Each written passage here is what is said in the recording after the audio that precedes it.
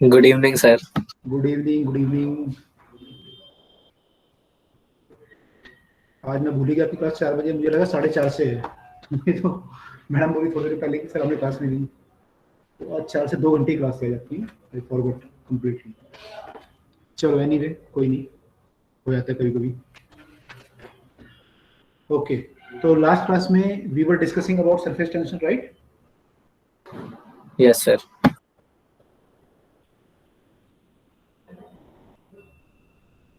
तो क्या क्या पढ़ लिया था मैं सरफेस टेंशन में? Sir hmm. सर टेस्ट के जो क्वेश्चंस पूछ रहे हैं वो कब पूछेंगे? टेस्ट के क्वेश्चंस? Yes sir. चलो बताओ, पहले टेस्ट के डाउट डिस्कस कर लेते हैं। सर क्वेश्चन नंबर बताने हैं या पूरा क्वेश्चन बताना? क्वेश्चन नंबर बताओ बस। क्वेश्चन में खोल दूंगा, 1 मिनट रुक जाओ बस। 1 मिनट रुक जाओ।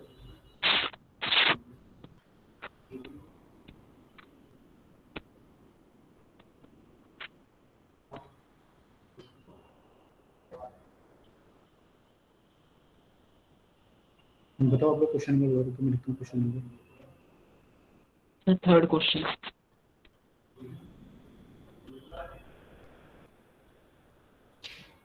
ठीक है, और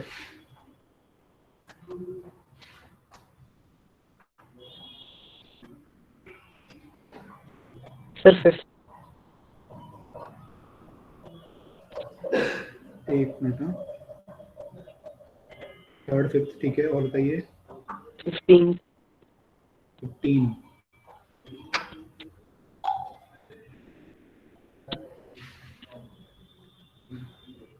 सर फिर 17।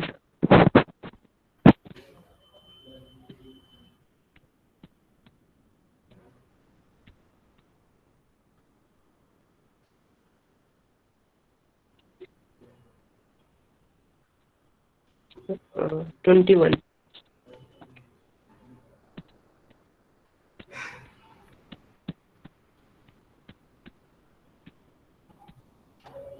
30। 30। Yes sir. Okay. 34।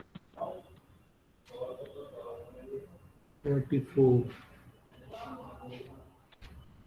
35। 34। Sir 30। 36। 37। 7। Yes. 41। 41। 43 and 44।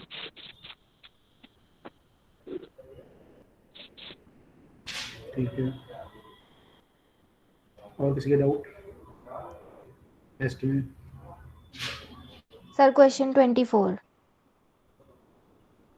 24।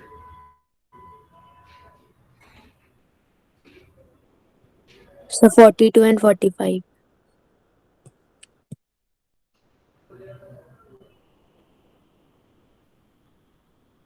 Okay,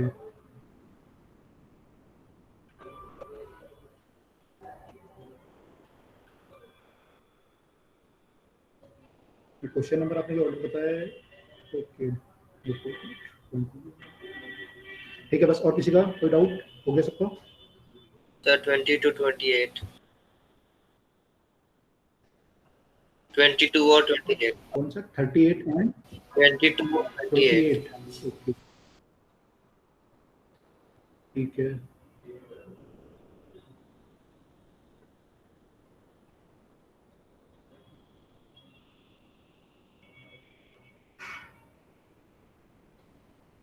और कोई क्वेश्चन रह गया? हो गया सबके डाउट? सर 31 और 32। 31 हो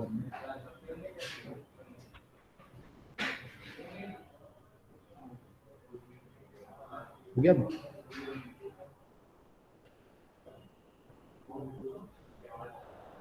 कितने डाउट पूछ लिया आपने? 1 2 3 4 5 6 7 8 9 10 11 12 14 15 16 17 18 19 डाउट हो गया। और बताओ किसी का कोई doubt?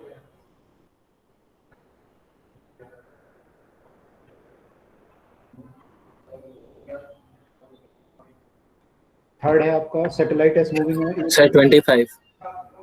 Elliptical orbit 25 degree around the earth. Mass of the satellite is very small compared to the mass of the earth. Acceleration is directed toward the center of the earth.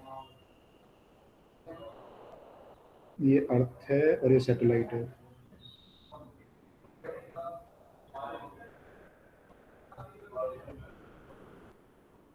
ठीक है, third question से start कर रहा हूँ मैं। Third question में कह रहे हैं सैटेलाइट जो है अर्थ के चारों तरफ घूम रहा है, तो क्या होगा? पहला है acceleration directed toward the centre, ये सही है। एक्सेलरेशन जो है टुवर्ड अर्थ होगा, यस पहला सर। सही है। बी कह रहा है angular momentum about the centre of the earth changes its direction but magnitude is constant. इसके अबाउट जो एंगुलर मोमेंटम है वो डायरेक्शन चेंज करेगा बट मैग्नीट्यूड कांस्टेंट होगा।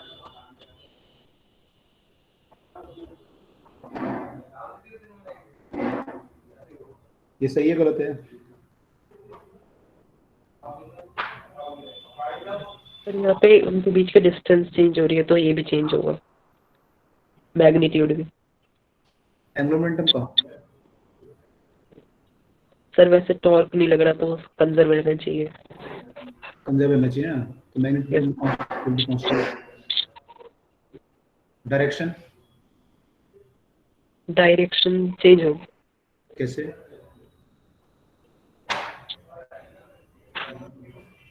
इसमें डायरेक्शन किधर को होगी एंगुलर मोमेंटम? अगर ये आर इधर को है और बी इधर को है तो एंगुलर मोमेंटम की डायरेक्शन किधर को आएगी? ये सर परपेंडिकुलर आएगी इसके प्लेन के। ऐसे कुछ आएगी मान लो आर क्रॉस बी, तो क्या ये चेंज होगी? इस केस में भी ऐसी आएगी। Yes sir. तो डायरेक्शन तो सेम है। यस ये गलत है। ठीक है, सी तो क्या था, मैकेनिकल एनर्जी चेंजेस करेगी तो मैकेनिकल एनर्जी तो कांस्टेंट रहेगी। Yes sir constant. ये तो गलत है। डी में कह रहा है लीनियर मोमेंटम कांस्टेंट, तो ये गलत है। सर लीनियर मोमेंटम कांस्टेंट क्यों नहीं है? क्योंकि फोर्स लग रहा है ना, कांस्टेंट कैसे रहेगा? लीनियर मोमेंटम क्या होता है? एमवी होता है। कैसे भी कांस्टेंट नहीं है, फोर्स लग रहा है, वेलोसिटी की डायरेक्शन चेंज हो रही है, तो हर जगह से दिख रहा है हमें कांस्टेंट नहीं है। डायरेक्शन चेंज हो रही है वेलोसिटी की और फोर्स भी लगी रहा है इस पे। Yes sir. ये तो गलत होगा ही होगा। सर इसका मैग्नीट्यूड भी कांस्टेंट नहीं रहेगा ना? नहीं, मैग्नीट्यूड भी रहेगी, वेलोसिटी अभी चेंज होती आ रही है ना, हर पॉइंट पर अलग वेलोसिटी होती है। यहाँ पे अलग होगी, यहाँ है ना, और यहाँ पे अलग होगी। Okay sir. v into r sir ये कांस्टेंट होता है। जरूरी है कि सैटेलाइट पे टैंजेंशियल एक्सेलरेशन ना लगे? क्या ये जरूरी है कि सैटेलाइट पे क्या ना लगे, टेंजेंशियल एक्सेलरेशन ना हो? मतलब क्या कहना चाहते हो? सर मतलब सेंट्रीपिटल फोर्स तो लगेगी ना, मतलब सेंटर की तरफ तो एक्सेलरेशन जो होती है वो तो होती है, तो मतलब ऐसा भी तो हो सकता है कि वो जो परपेंडिकुलर वाली टैंजेंशियल एक्सेलरेशन है वो भी लग रही हो। परपेंडिकुलर वाली टेंजेंशियल एक्सेलरेशन लग रही हो? Perpendicular to what? Perpendicular to the radius vector, ये पाथ। Yes sir. यहाँ से आप बोलोगे ऐसी भी लग रही है एक्सेलरेशन, यस सर। कौन लगाएगा उसे? कौन सा फोर्स? सर वो तो हम ही लगा सकते हैं, और तो कोई लगा सकता। पूछ रही हूँ लग सकती है नहीं? वो आप थ्रस्ट से कर सकते हो, अगर आपको ऐसी रिक्वायरमेंट आती है ना कि सैटेलाइट में तो थ्रस्ट बूस्टर पंप होते हैं ना, उसमें वो सैटेलाइट को थ्रस्ट देते हैं, थ्रस्ट से फिर वो अपनी ऑर्बिट चेंज कर लेता है। लेकिन एक ऑर्बिट में नहीं, तो फिर ऑर्बिट चेंज करने के लिए ऐसी रिक्वायरमेंट आती है, अपनी ऑर्बिट को चेंज करके कुछ ऐसे कर लेगा, कुछ और कर लेगा, तब वो थ्रस्ट उसको रिक्वायरमेंट होती है। अच्छा, तब ऑर्बिट ही चेंज कर लेगा? मतलब ऐसे नहीं हो सकता सेम ही ऑर्बिट में मतलब अपनी स्पीड ही इंक्रीज करता जा रहा है उसकी वजह से? नहीं, सेम ऑर्बिट में अगर स्पीड इंक्रीज करेगा तो उसकी वो सेम ही रहेगा ना, क्या नाम बोलते हैं आपका, ऑर्बिट सेम रहेगा नहीं ना, क्योंकि t square proportional to r cube नहीं है आपका। एक पर्टिकुलर वेलोसिटी के लिए एक पर्टिकुलर फिक्स है ना आपकी ऑर्बिट। पर्टिकुलर वेलोसिटी के लिए अगर आप देखोगे v और r में रिलेशन है ना आपका। Yes sir. तो आपका रिलेशन है, तो उसमें एक r के लिए v फिक्स है, तो अगर आप वेलोसिटी चेंज करोगे तो ऑर्बिट चेंज करनी पड़ेगी आपको, तब हो सकता है, इस ऑर्बिट में नहीं हो सकता। ठीक है, ओके सर। चलिए, तो हमारा आंसर इससे ए आएगा। क्लियर, ए आंसर आएगा। सर तो ये जो एलिप्टिकल ऑर्बिट होगा इसमें वेलोसिटी चेंज ही नहीं होगी उसका मैग्नीट्यूड। वेलोसिटी का मैग्नीट्यूड तो चेंज हो रहा है ना, मतलब जब वो लेकिन उसके पास होता है सन के तो तेज होता है, ऐसे करके होता है ना। हाँ बिल्कुल होता है, यहाँ पे ज़्यादा होता है, यहाँ कम होता है। मैं वही तो बोल रहा हूँ कि इस पॉइंट पे आप किसकी बात कर रहे हो, आप बात कर रहे हो कि अगर मान लो उसमें फोर्स काम कर रहा है, ठीक है, सर वो फोर्स काम कर रहा है तो टेंजेंशियल टू रेडियस वेक्टर तो कोई एक्सेलरेशन नहीं हो सकती क्योंकि और कोई फोर्स नहीं है, लेकिन वो उसके पाथ के टेंजेंशियल तो होगी क्योंकि उसका जो बिल्कुल एक्सेलरेशन है उसकी वजह से स्पीड इंक्रीज हो जाएगी ना, जो ये पाथ के टेंजेंशियल है। बिल्कुल होगी, बिल्कुल होगी। एक्चुअली यहाँ पे हम ये जो बात कर रहे हैं ना, सर्कुलर ऑर्बिट की बात नहीं कर रहे हैं, मैंने जो ड्राइव किए सारे सर्कुलर ऑर्बिट के ड्राइव किए थे। यहाँ पे एलिप्टिकल ऑर्बिट है, हम्म। ठीक है। ऑर्बिट में क्या होगा, परपेंडिकुलर नहीं होगा आपका, आर वेक्टर जो है फोर्स वेक्टर के परपेंडिकुलर तो होगा नहीं, सॉरी, आर वेक्टर जो है आपके इसके परपेंडिकुलर नहीं होगा पाथ के, तो इसका फोर्स के दो कंपोनेंट हो सकते हैं। अगर आप बनाना चाहो कि इस फोर्स के एक कंपोनेंट आप इसका बना सकते हो इधर की डायरेक्शन में, मैंने अलोंग द पाथ भी हो सकता है इसका एक कंपोनेंट, जो फोर्स आपका लग रहा है, तो ये ऐसा है ना, ये यस सर। टॉप से देखते हैं तो इसका जो फोर्स लग रहा है वो इधर को लग रहा है। अगर मैं इधर को बनाना चाहूँ इसका कंपोनेंट, तो एक इधर को भी बना सकता हूँ अलोंग द पाथ, इस कारण से वो एक्सेलेरेट हो सकता है, लेकिन फिर डीएक्सेलेरेट होगा, है ना। तो इस केस में वो एक्सेलेरेट डीएक्सेलेरेट हो रहा है बार बार, ठीक है। Okay sir. सर ये पाथ के परपेंडिकुलर वाली एक्सेलरेशन कौन सी है? जो इधर को लगेगी उसकी, नहीं सर, वो तो सेंट्रीपिटल ही हो जाएगी। पाथ के परपेंडिकुलर जैसे अभी बोल रही थी सानवी, वो कौन सी थी तो जो पाथ के रेडियस की नहीं है? पैरेलल पैरेलल बोल रही थी, पाथ के पैरेलल, रेडियस से बात नहीं कर रहे थे। देखो अगर आप रेडियस की टर्म में बात करोगे तो रेडियस के टर्म में तो हाँ सर, वो तो परपेंडिकुलर, नहीं हो सकती, वो तो समझ आ गया। लेकिन अगर आप पाथ के टर्म में बात करोगे तो पाथ के टर्म में आपका फोर्स इधर को लग रहा है, ग्रेविटेशन फोर्स, है ना। इसको मैं दो पार्ट में ब्रेक कर सकता हूँ, एक तो मैं इधर को ब्रेक कर सकता हूँ अलोंग द पाथ, और एक परपेंडिकुलर टू द पाथ कर सकता हूँ ब्रेक, है ना। यहाँ पे दो फोर्स होंगे आपके, एक अलोंग द पाथ और एक परपेंडिकुलर टू द पाथ। अब क्या क्वेश्चन है आपका? नहीं सर, हो गया, यही था। ये ग्रेविटेशन फोर्स था, इसको मैं दो पार्ट में ब्रेक कर सकता हूँ, ठीक। तो ये वाला पाथ आपको जो है एक्सेलरेट कर सकता है।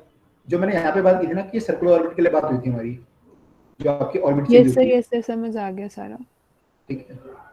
सर जो ये टेंजेंशियल टू द पाथ होता है वही उसी को पैरेलल टू द पाथ बोलते हैं क्या? हाँ, टेंजेंशियल और पैरेलल लिखी तो बात है, वो उसको ओके एक्सेलरेट करेगा या डीएक्सेलरेट करेगा, है ना। Okay okay. अच्छा, ये क्या करेगा?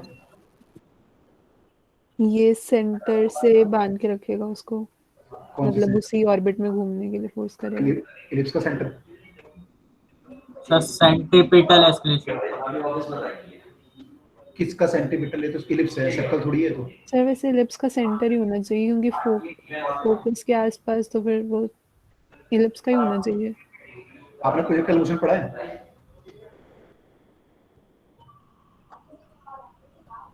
प्रोजेक्टाइल मोशन पढ़ा है? Yes sir.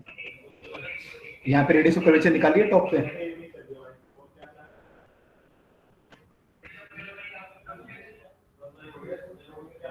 Radius of curvature निकालिए कभी, नहीं निकाली? No sir. देखो यहाँ पे रेडियस ऑफ कर्वेचर ये मान सकते हो, जो इलिप्स है ना, ये सॉरी ये पैराबोला बनेगा ये, तो पैराबोला में अलग अलग पार्ट पे अलग अलग आपकी रेडियस होंगी, तो ये अलग अलग सर्कल के पार्ट हैं। ये हो सकता है बड़े सर्कल का पार्ट हो, कोई छोटे सर्कल का पार्ट हो, ये सब सर्कल के पार्ट हैं, ठीक है। Yes sir. तो हमें रेडियस ऑफ कर्वेचर मान यहाँ पे निकालनी है, तो हमें पता है कि हमारा जो mv²/r होता है वो F के बराबर होता है, सेंटीमीटर फोर्स। Yes sir. इस पार्टिकल पे कौन सा फोर्स काम कर रहा है? M g. mg इसके परपेंडिकुलर हुआ टॉप पे, यस सर। Yes sir. और वेलोसिटी इस डायरेक्शन में है, यस सर। यानी ये वाला फोर्स क्या कर रहा होगा, सेंटीमीटर फोर्स प्रोवाइड कर रहा होगा। Yes sir. तो हम क्या लिख सकते हैं, mv²/r इक्वल टू mg लिख सकता हूँ,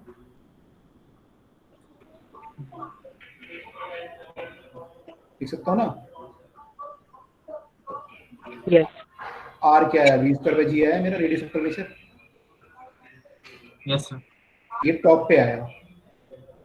अगर मैं किसी और पॉइंट पे आपसे पूछता तो आप क्या करते, मान लो इधर पूछता हूँ आपसे, तो यहाँ mg काम करेगा इधर को, तो आप वेलोसिटी से परपेंडिकुलर कंपोनेंट लेते हो उसका, जो भी कंपोनेंट वेलोसिटी से परपेंडिकुलर होता है mg का, मान लो एंगल थीटा है तो आप mg cos थीटा लेते हैं यहाँ पे, और फिर mg cos थीटा को इक्वेट करते किससे, v स्क्वायर बाय r से, mv स्क्वायर बाय r से, तो यहाँ से आपका r आता है v square by g cos theta. ये बात समझ में आई? Yes sir, yes sir. तो क्योंकि पैराबोला जो है ना, कई सारे सर्कल से आप जो सेंट्रीपिटल फोर्स निकालते हो सर्कल के केस में निकालते हो, तो यहाँ तो सर्कल है नहीं, पैराबोला है, लेकिन ये जो किसी पाथ पे मूव कर रहा है किसी सर्कल का एक पार्ट होगा, ऐसे ही सारे पार्ट होंगे, ठीक है। तो ऐसे यहाँ इलिप्स में भी होगा, इलिप्स में भी ये जो यहाँ पे है, ये यहाँ पे, तो ये जो फोर्स है, ये जो यहाँ पोजिशन है पार्टिकल की, ये किसी, अगर मैं छोटी सी आर्क लूँ इसकी, तो किसी सर्कल का एक पार्ट होगा, तो उसके सेंटर की तरफ को फोर्स आपको प्रोवाइड कर रहे हैं। क्लियर सर हुआ? मतलब अगर हमें सेंट्रीपिटल एक्सीलरेशन निकालना है तो फिर उसके लिए हम रेडियस से परपेंडिकुलर वाली फोर्स लेंगे, मतलब। वेलोसिटी से परपेंडिकुलर जो फोर्स होगी वो टुवर्ड द सेंटर होगी, अच्छा अच्छा, हाँ, वो लेंगे। ओके सर, ठीक है। समझ में आया?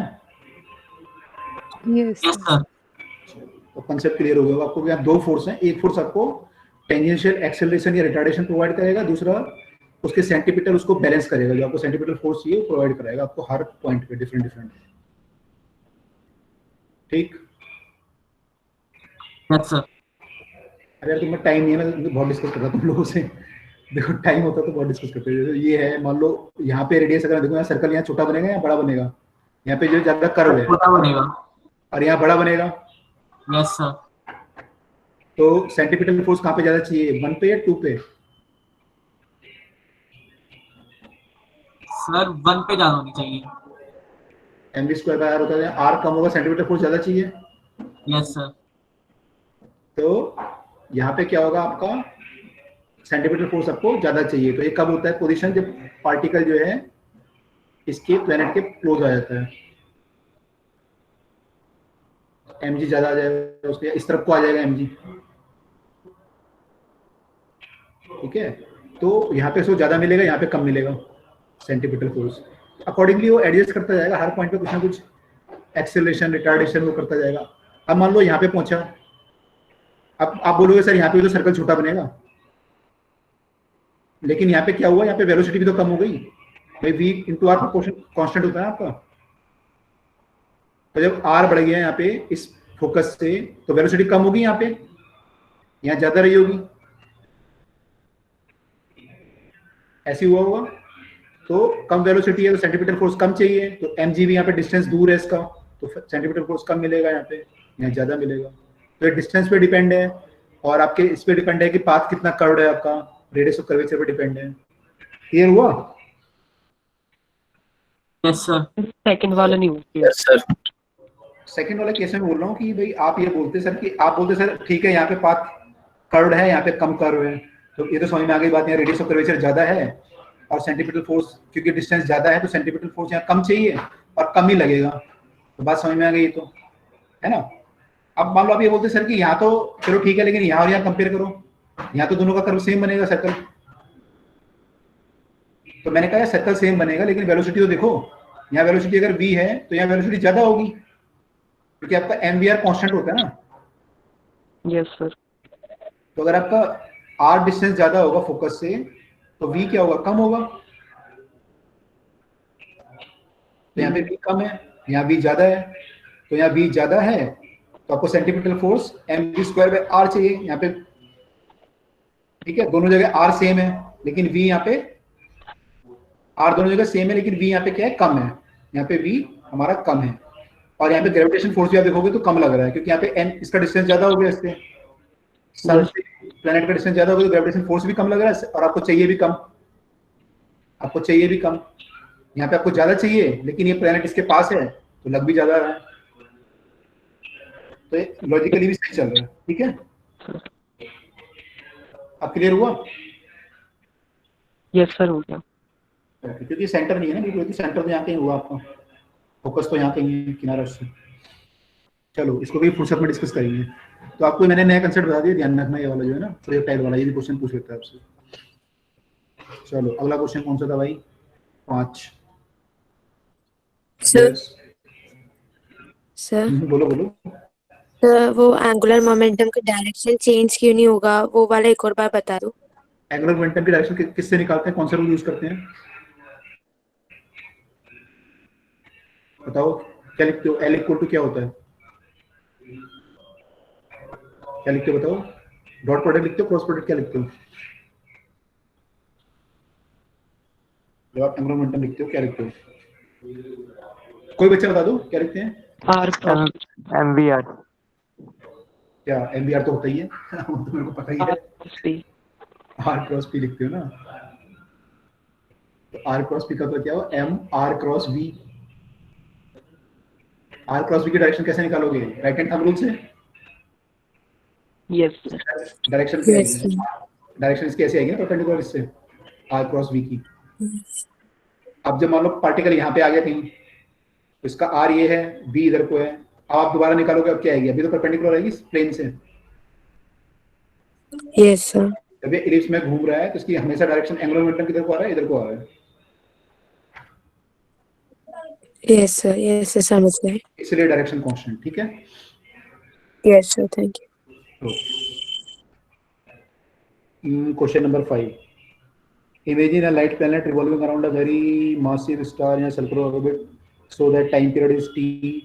If gravitation force between the planet and the star is proportional to this, तो कह रहा है ग्रेविटेशन फोर्स अगर प्रोपोर्शनल तो ऐसे हो जाता है g m1 m2 by sorry f g आप ऐसे हो जाता है g m1 m2 by r की पावर 5/2। तो फिर क्या होता है? t square proportional to r cube होता है। क्या लिखा है? -5/2 लिखा, +5/2 लिखा, -5/2। हाँ तो मतलब यही आ गया। तो आपका टाइम पीरियड किसके प्रोपोर्शनल होता है? टी स्क्वायर प्रोपोर्शनल टू क्या होता है? आर क्यूब होता है, क्या होता है ना? तो हमारा ये निकलता है इसको, जब यहाँ पे आर स्क्वायर होता है तो उससे देख लो निकाल के हमें कैसे निकल रहा है। टाइम पीरियड आप ऐसे निकालते हो 2πr/v से निकालते हो। आपने ये कैसे निकाला था? ये डायरेक्शन देखा आपने कैसे निकाला था? Yes sir. बस इससे ये निकल जाएगा, नहीं निकलेगा? यस सर निकल जाएगा। निकल जाएगा सर। भाई t इक्वल टू 2πr/v होता है। v आप यहाँ से निकाल लोगे, इसको आप mv²/r के इक्वेट करोगे, यहाँ से v आ जाएगा r की टर्म में, उसको उठा के यहाँ पुट कर दोगे, बस फिर r की टर्म में बन जाएगा। जैसे यहाँ रिलेशन बनता है, उसको एक बार डेरिवेशन देखो उसका कैसे किया था। फिर से बता दो। आपने डेरिवेशन देखा था ये वाला? Yes sir. कैसे किया था हमने?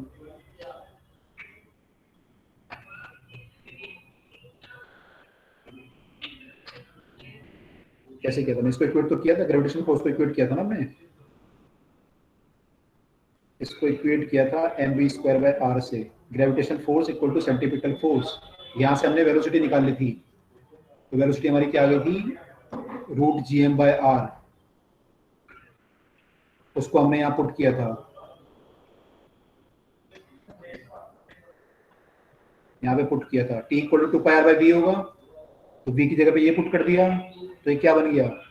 2π तो कांस्टेंट है, √gm भी कांस्टेंट है जो मास ऑफ द प्लेनेट है। r की पावर कितनी हो जाएगी यहाँ पे? 3/2 हो जाएगी, क्योंकि एक पावर ये है और हाफ पावर ये है, तो 3/2 पावर हो गई। तो यहाँ से क्या आ गया? t प्रोपोर्शनल टू r की पावर 3/2 या फिर t square proportional to r cube. ऐसे किया था ड्राइव। Yes sir. तो बस अब क्या चेंज आएगा यहाँ पे आपका चेंज ये आ जाएगा कि आपने जो ड्राइव किया है यहाँ पे r² नहीं है, उसकी जगह पे उसने r की पावर 5/2 दे दिया। तो बस यहाँ पे r की पावर 5/2 कर लो, उससे देख लो क्या बन के आता है। यस कर लोगे? Yes sir.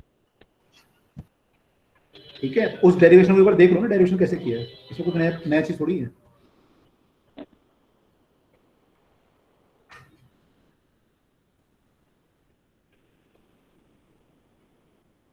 कर लोगे ना? जिसने डाउट पूछा तो बताओ। Yes sir. यस सर हो गया। जिन्होंने डाउट पूछा तो बताओ ना, जिन्होंने जो खुद करेंगे तो कर ही लेंगे। Yes sir. हो जाएगा। हाँ तो सर टेस्ट में भी हो गया था, तो हो गया था। हाँ हो गया होगा, लेकिन उसकी थोड़ी है। तो इस बहाने क्या होगा ना, आपका एक बार वो भी रिवीजन हो जाएगा ना कि t square proportional to r cube आपको पेपर में पूछ सकता है, तो वो भी रिवीजन कर लो इस बहाने, जिसको नहीं हुआ। तो वो भी रिवाइज हो जाएगा, इसका आंसर भी निकल आएगा, तो बेटर वो है। ठीक है, एक बार देखो उसे। Depend of acceleration due to gravity from the centre of the earth assume to be sphere radius of uniform density. अरे यार इसमें क्या हो गया, ग्राफ है, जी और आर का ग्राफ कैसे बनता है, from the centre of the earth, earth के सेंटर से ग्राफ बनाया था हमने ग्रेविटेशन में। सर इसका आंसर ऑप्शन डी आना चाहिए ना वैसे। इसका आंसर जी पहले बढ़ेगा फिर घटेगा, हाँ डी आना चाहिए। ए दे रखा है इसमें, यस सर। जी पहले प्रोपोर्शन आएगा तो आपका ग्राफ ऐसे बनेगा और फिर ऐसे घटेगा सेंटर से रेडियस तक, है ना। ठीक है, डी आएगा, गलत दे रखा है। ठीक, यस सर। चलो कोई बात नहीं, हो गया, एरर आया था कई बार। 17 question. 2 astronauts are floating in a gravitation free space for having lost their contact with the spaceship। तो मान लो फ्री स्पेस में घूम रहे हैं, तो क्या होगा, keep floating at the same distance, move toward each other, move from away, become stationary. Sir move toward each other होगा। हाँ, बिकॉज ऑफ किसके, क्यों करेंगे move toward each other, gravitational force. Gravitational force. ठीक है, ये तो थोड़ा बहुत लगेगा ग्रेविटेशन फोर्स, लेकिन कुछ तो लगेगा ही, जीरो तो नहीं होगा। 13 और 14 भी बता देते। सारे देखो, कंप्यूटर बंद हो गया, तुमने 13 14 बोला और कंप्यूटर जो है कंप्यूटर का दिमाग हो गया।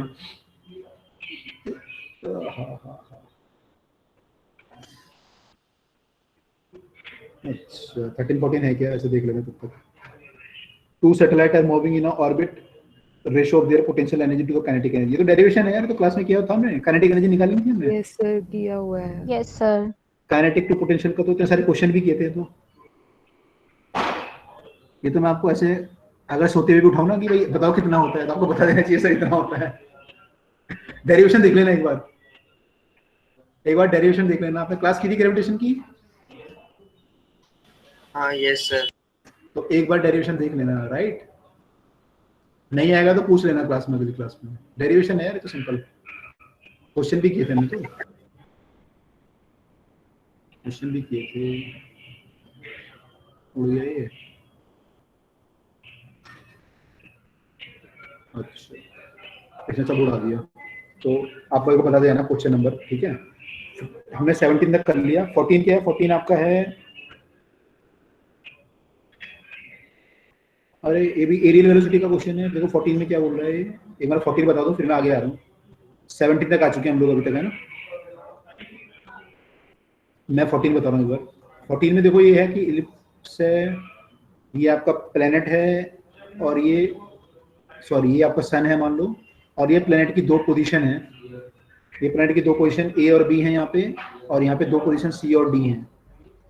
तो एरिया बोल रहा है कि एरिया सी और डी वाला डबल है। T1 is the time to go from C to D। Okay, time बोल रहा है कि T1 यहाँ से जाने का टाइम है और T2 टाइम यहाँ से आने का है। अब ये कह रहा है कि ये वाला एरिया डबल है SCD, यानी कि ये एरिया 2A है और ये एरिया A है। तो टाइम में क्या रिलेशन होगा? तो कौन से बताओ, किसका क्वेश्चन है? केपलर के कौन से लॉ का क्वेश्चन है? क्या होता है areal velocity constant? Yes sir. Area velocity constant होगी तो क्या होगा, area by time is same होगा। जितना एरिया इतने टाइम में कवर करेगा T2 टाइम में, same area by time constant आएगा आपका। यहां से आ जाएगा रिलेशन इनका आपस में। तो केपलर लॉ है, सिंपल। ठीक है, चलो समझ में आ गया ना। 17 के बताओ, बात क्या डाउट था यार, वो गायब हो गए सारे डाउट। दोबारा बताओ 17 का किसका डाउट है? 1 बाय 1 चले नहीं तो 18 किसका डाउट है? 18 1 बाय 1 चल रहा हूं मैं। 18 किसी का doubt? No no sir. 19 no sir. 20 no sir. No sir. 21 yes sir. 21 doubt है।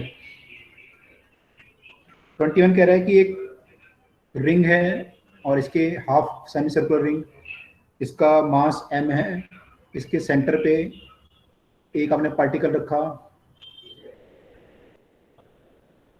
Work required to displace the particle from centre to infinity is, इसको सेंटर से इन्फिनिटी में ले जाने के लिए कितना वर्क करना पड़ेगा? किस चीज का क्वेश्चन है ये? किस चीज का क्वेश्चन है? किस टॉपिक का क्वेश्चन है? Gravitational potential. पोटेंशियल एनर्जी का क्वेश्चन है। क्या फॉर्मूला होता है? ये होता है। Yes sir. ये Yes, sir. किसके बराबर होता है? Work done to bring a particle from infinity to zero, infinity to that point, इसका वर्क होता है ये। Yes sir. ठीक है। अब यहाँ पे ग्रेविटेशनल पोटेंशियल कितना आएगा? यहाँ पे जो है सारे मास का डिस्टेंस, अगर मैं रिंग को तो देखूं तो रिंग के सारे मास का डिस्टेंस से कांस्टेंट है, आर के बराबर होगा, चाहे मैं ये पार्ट ले लूं, चाहे ये पार्ट ले लूं, चाहे ये पार्ट ले लूं, चाहे ये पार्ट ले लूं, डिस्टेंस तो कांस्टेंट है सबका। तो मैं simple formula minus g m not m by r लिख सकता हूं। इसमें किसी को डाउट? No sir. ये क्या है? Work done to bring the particle from infinity to P. अब मुझे क्या निकालना है? इस पॉइंट से इन्फिनिटी मुझे उल्टा निकालना है, तो उल्टा निकाल लो, इससे क्या होगा? इसका नेगेटिव हो जाएगा। पी से इन्फिनिटी में ले जाने के लिए कितना वर्क करना पड़ेगा? इसका उल्टा कर लो, नेगेटिव यू। नेगेटिव यू कर लो, आ जाएगा इससे G M M naught by R आ जाएगा।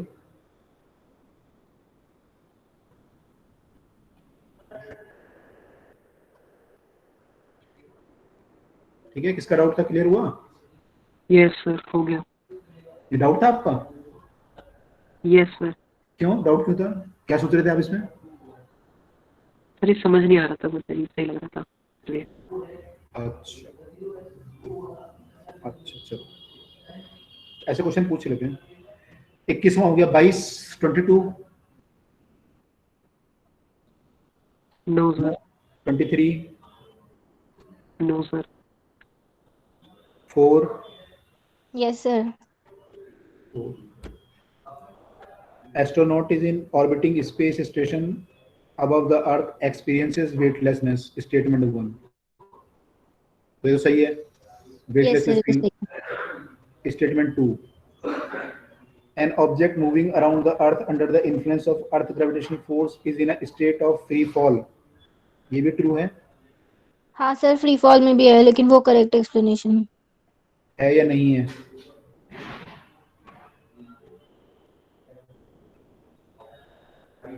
करेक्ट एक्सप्रेशन है या नहीं है? फ्री फॉल में इफेक्टिव वेट 0 होता है आपका। फ्री फॉल अगर लिफ्ट का भी होता, इफेक्टिव वेट कितना आता है? 0। वेट 0 आता है ना। चाहे लिफ्ट का हो, चाहे वो सैटेलाइट का हो, चाहे वो प्रोजेक्टाइल में हो, प्रोजेक्टाइल में भी इफेक्टिव वेट 0 आएगा कि उस पर भी जो फोर्स काम कर रहा है हमेशा जी काम कर रहा है। प्रोजेक्टाइल में भी इफेक्टिव वेट 0 आता है। सैटेलाइट आपका घूम रहा है सन के चारों तरफ या अर्थ के चारों तरफ, तो उस केस में भी इफेक्टिव वेट 0 आएगा। तो फ्री फॉल के केस में जहां भी फ्री फॉल हो रहा होगा, एक केस ऑफ फ्री फॉल है सारे, तो वहां पे इफेक्टिव वेट विल बी 0। तो ये इसका करेक्ट एक्सप्लेनेशन है। सर ये इफेक्टिव वेट मतलब एक तरह से अगर जैसे कोई उस पे मतलब वेइंग मशीन रखी है तो फिर वो क्या रीडिंग शो करेगी, तो 0 शो करेगी, ऐसा? बिल्कुल बिल्कुल, इफेक्टिव वेट वही होगा ना, है ना। वेट अप कैसे? वेट तो वेइंग मशीन मेजर करेगी, तो 0 आएगा उसका रीडिंग। ठीक है, हाँ वो तो 0, ठीक है, okay.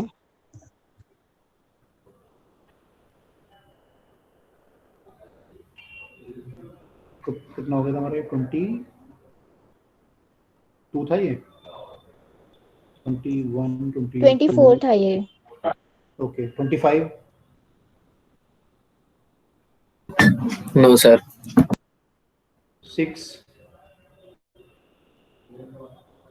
No sir. 7 Yes, sir. 27. wire suspended vertically from one end stretched by attaching a weight of 200 Newton at the lower end। इसमें क्या हुआ भाई? ये तो सिंपल है। Wire vertically from one of the end, okay, vertically from one of the end stretched by attaching a weight 200 Newton on it। weight इसमें 200 Newton का लगा दिया।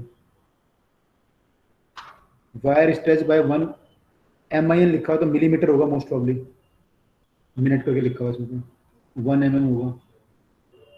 Elastic energy stored in the wire, you कितना होता है you, elastic energy stored क्या पढ़ा था हमने, 1/2 into stress plus strain. वो क्या हाफ होता है? Strain into stress. हाँ ये क्या होता है, यू होता है कुछ और होता है? यू पर sir U upon V। Volume. Volume, तो यू आपका आ जाएगा volume, 1/2 stress into strain into volume, 1/2 stress into strain into volume. अब स्ट्रेस स्ट्रेन आपको निकालना है, तो यहाँ पे आपका वेट पता है आपको, तो वेट आपका जो स्ट्रेस होगा वो होगा फोर्स पर यूनिट एरिया, यानी कि mg, यानी 200/एरिया, ये तो स्ट्रेस होगा। और स्ट्रेन इसमें दे रखा है 1 mm, स्ट्रेन हमारा हो गया 1 mm बाय ओरिजिनल लेंथ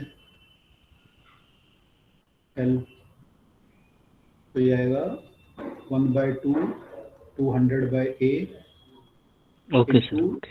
और माइनस V, अब तो हो जाएगा, वॉल्यूम से वॉल्यूम कट जाएगा, ये यस सर, ठीक। आ जाएगा, ठीक है। चलो सर यस, सर इसमें जो E लिखा हुआ है वो स्ट्रेन का सिंबल है। हाँ लेकिन आप लोगों के यहाँ पे यूज नहीं करते 12th में, वो हायर क्लास में यूज करते हैं, ओके सर। 11th 12th में नहीं करते। आप लोग स्ट्रेन ही लिखना उसे, 1/2 स्ट्रेस इंटू स्ट्रेन, ठीक है।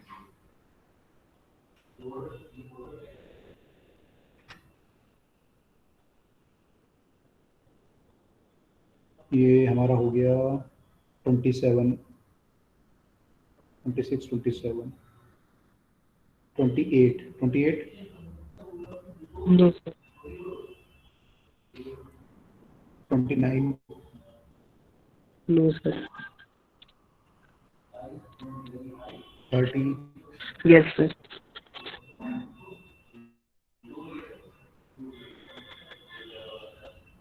when a mass is suspended from one end of the wire, the top end of which is attached to a rope of the lift, extension is E। जब हम ऐसे attach करते हैं तो extension हमारा E होता है। अगर लिफ्ट स्टेशनरी है, अगर लिफ्ट आपकी G/2 से जा रही है किधर को किधर को किधर को किधर को किधर को अप,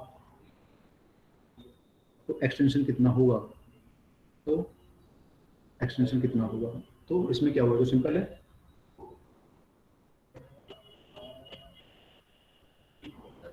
आंसर तो मैच ही कर रहे हैं क्या?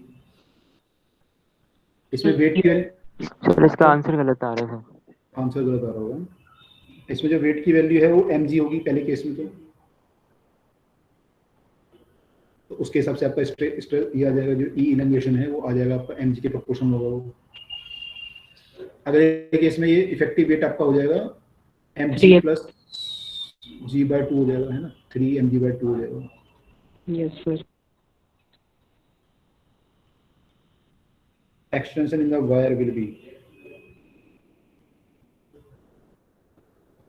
move up है G, तो अगर ये दिखा जाए 3/2 E आना चाहिए इसको, तो ऑप्शन में भी है बी ऑप्शन में। Yes sir. 3/2 E आएगा, इसमें कुछ वो नहीं होगा, ऑप्शन गलत होगा। Okay sir. सर ये डायरेक्टली प्रोपोर्शनल टू mg कैसे? इसलिए कि आपका डेल्टा एल जो होता है, हमने क्या किया था क्वेश्चन जब किए थे, हमने ये लिया था ना, L is proportional to the force होता है, नहीं होता,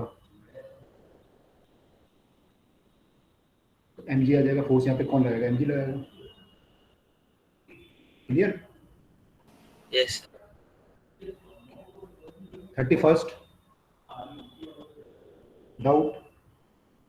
no sir. Second? No sir. 33? No sir. 34? Yes sir.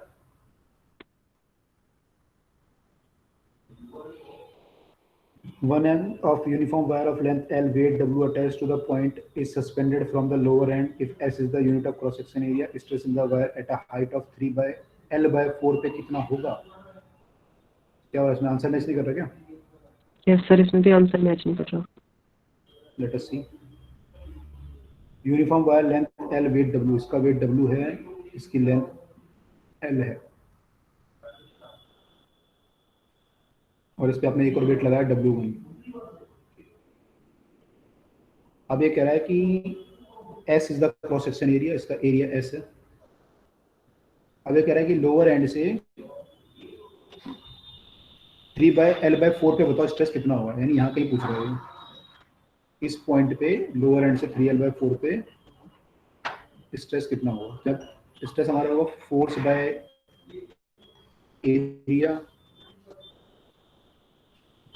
और फोर्स हमारा जो यहाँ पे होगा वो होगा W1 प्लस इस वायर का कितना, 3W/4। 3W/4। 3/4। Yes sir. 3W/4 आना चाहिए। अच्छा, इसमें दो ऑप्शन सेम थे। और इसमें S भी मल्टीप्लाई कर रखा है, मतलब स्ट्रेस पूछा है ना, डिवाइड होगा, हाँ वो अपॉन में होगा यार, इसमें गलती कर दी थी, मैं नोट कर लेता हूँ क्वेश्चन जो गलत आ रहे हैं। 30 और 34,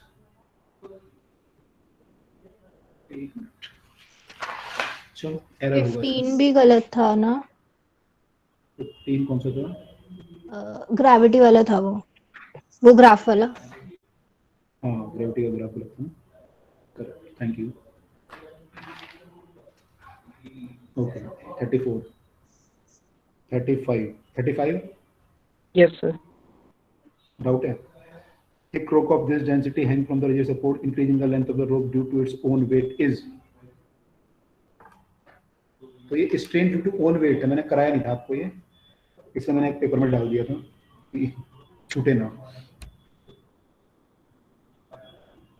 अपने वेट के कारण वायर में कितना स्ट्रेन आता है ना, ये हमें निकालना है कि अपने वेट के कारण वायर में कितना स्ट्रेन आता है। ठीक है, अब देखो इसको करने के लिए इसका वेट कुछ अज्यूम करना पड़ेगा। वेट आप मान लो W है वायर का अपना, एरिया क्रॉस सेक्शन A मान लो, यंग मॉडुलस Y मान लो, लेंथ L मान लो, वो सब आपने मान लिया। आपको ये बताना है कि अपने सेल्फ वेट के कारण इसमें कितना स्ट्रेन आएगा। तो सेल्फ वेट के कारण जो स्ट्रेन आएगा, स्ट्रेन हमारा जो निकालने का तरीका होता है वो होता है delta L equal to F by ALY, ये होता है तरीका। ठीक है, ये फॉर्मूला हमने पढ़ा है, वो हमारा स्ट्रेन इतना आता है। ठीक है, अब जो है जो कोई वायर है इसमें मान लो मैं, प्रॉब्लम क्या आएगी जब मैं इसको लगाऊंगा फॉर्मूले को, मान लो मेरे को वायर में स्ट्रेन निकालनी है। अब मैं फोर्स अब देखूं तो फोर्स मेरा हर पॉइंट पे वेरी कर रहा है। मान लो मैं यहाँ पे देखूं और इतनी वायर को लूं, मान लो मैं L मान लूं, इस वायर पे जो फोर्स काम कर रहा है वो इस वेट के कारण कर रहा है, तो इसके कारण इसका कोई स्ट्रेन आएगा डेल्टा L। ठीक है, इसके कारण इसका स्ट्रेन आएगा डेल्टा L, तो आप निकाल लोगे, चलो फॉर्मूले से आप वेट वगैरह सब करके निकाल लोगे। अब लेकिन प्रॉब्लम क्या है कि मान लो आपने फिर एक एलिमेंट लिया, ये वेट आपने लिया, इसके कारण स्ट्रेन आ गई, इसकी स्ट्रेन आई, इस वायर की स्ट्रेन आई। लेकिन मान लो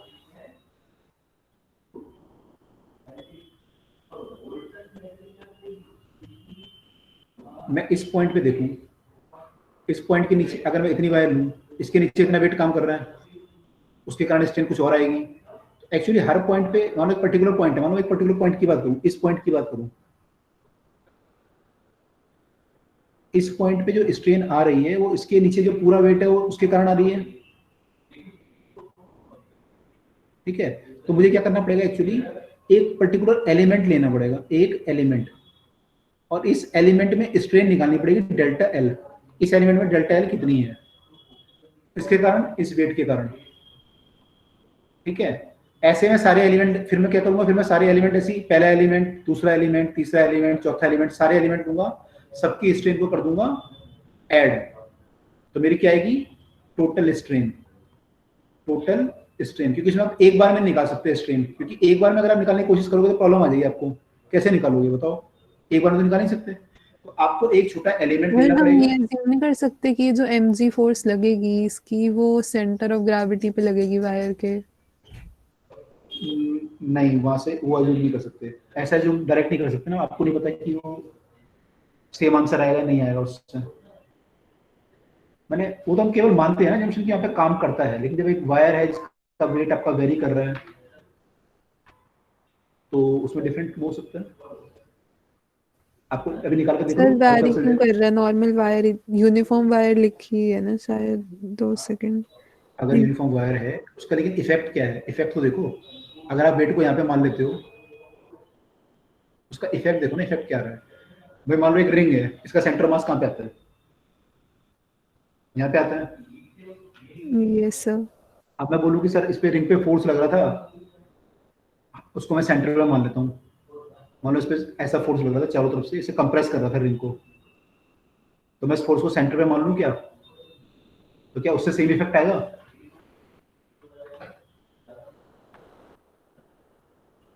उससे सेम इफेक्ट आएगा क्या? No sir.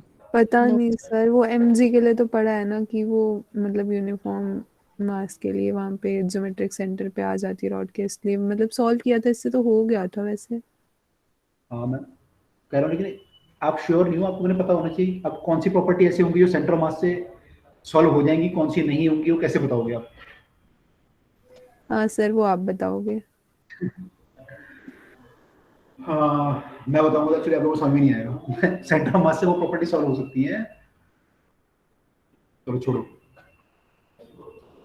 सर आप बता दो, आप जो बता रहे थे फिर। मैं ये बता रहा था, देखो सेंटर मास से वो प्रॉपर्टी सॉल्व हो सकती है। मान लो कोई आप कोड निकाल लो, क्या ना बोलते हैं, समेशन कर लो। सपोज कोई चीज लीनियरली वेरी कर रही है, अगर सपोज ये फोर्स है, कुछ चीज लीनियरली वेरी कर रही है सपोज ऐसे, ठीक है, और आपको जिसका इफेक्ट निकालने वाला आपने एफ इंटू एक्स से निकाला और इसको इंटीग्रेट किया, ठीक है, और एफ आपका लीनियरली वेरी कर रहा है, तो इसका जो इफेक्ट होगा वो सेंटर ऑफ मास पे आप लगा के निकाल सकते हैं कि लीनियरली वेरी कर रहा है, तो सेंटर मास पे मान सकते हो इसका जो इफेक्ट होगा सेंटर मास पे आप जितना फोर्स आ रहा है उससे निकाल लेंगे। लेकिन कोई चीज मान लो नॉन लीनियरली ऐसे वेरी कर रही है और मैं इसको मानूंगी सेंटर ऑफ मास पे जो इफेक्ट आएगा वही कंबाइंड होके आएगा, तो उस केस में ये दोनों चीजें सेम नहीं आती। अब इस क्वेश्चन को पहले कर लेते हैं, फिर बताऊंगा वो क्या बोलना चाह रहा हूँ। इसको पहले कर लेते हैं, इलोंगेशन निकालते हैं इसमें कितना आएगा, ठीक है। इसमें सेंटर ऑफ मास में मानोगे तो आ जाएगा, क्योंकि यहाँ पे क्या होगा, क्यों आएगा वो बता दूं क्यों होता है इसमें। तो पहले निकालने की कोशिश करते हैं। देखो सर आप एक पहले जो एलिमेंट ले लेता समेशन वाला समझा रहे थे, यही समझा दो। हूँ, ये वाला, नहीं, ऊपर इसके ऊपर जो लिख रहे थे आप मेरे बोलने से ये पहले। वाला, हाँ हाँ इसी को ले रहा हूँ मैं। Okay sir. एक एलिमेंट है, उसकी जो थिकनेस है वो मान लो आप डेल्टा एल है, और इसका मास स्मॉल डीएम मान लो। इसके मास से हमें कोई जरूरत नहीं पड़ेगी, हमें नीचे का मास चाहिए इससे। इसका मास वैसे मान सकते हैं 14 डीएम, ठीक है। इसकी जो यहाँ से डिस्टेंस है वो आप एक्स मान लो, एक्स, और ये डीएल लेंथ का एलिमेंट आपने काट लिया। अब इसके नीचे जो मास हो लेंथ होगी आपकी वो एल माइनस एक्स होगी। टोटल मास आपका एम था, तो मास पर यूनिट लेंथ आपकी एम बाई एल आ जाएगी। This is mass per unit length. तो इस पार्ट का जो मास आएगा वो आएगा M by L into L minus X. इसका मास ये होगा इस पार्ट का। ये क्लियर है? इतना ही होगा। Yes sir. इस पार्ट का मास ये होगा, और इसके कारण इस पे स्ट्रेन आएगी, इस एलिमेंट पे इसके कारण स्ट्रेन आएगी, क्योंकि ये मास इस पे काम कर रहा है, ये फोर्स इस पे काम कर रहा है नीचे, ठीक है। इस पे जो स्ट्रेन आएगी उसको हम मानते हैं डीएल। देखो डीएल और डेल्टा में फर्क है यहाँ पे, ठीक है। डीएल इसको मैं डीएक्स मान लेता हूँ, डेल्टा एक्स मान लेता हूँ, तो यहाँ पे ये हो जाएगा dx by delta X. dx is the strain और delta X is the original length of the element. Delta X क्या है? इस एलिमेंट की ओरिजिनल लेंथ है, तो दिस इज द स्ट्रेन, ठीक है। स्ट्रेन जो हमारा होता है वो होता है stress by Young modulus. Stress कितना आएगा यहाँ पे? mg। m कितना लेंगे यहाँ पे? इतना mg बाय a y, कितना लेंगे? ये बात समझ में आई? Stress by area, sorry force by area is stress by Young modulus, this is strain, और स्ट्रेन जो होगा वो dx बाय डेल्टा एक्स होगा। ये बात समझ में आ रही है? Yes sir. ठीक है, यहाँ पे कंफ्यूज मत हो ना, dx इज द जो है चेंज इन लेंथ है, इसलिए मैंने इसको बहुत छोटा माना है, और डेल्टा x जो है वो ओरिजिनल लेंथ है।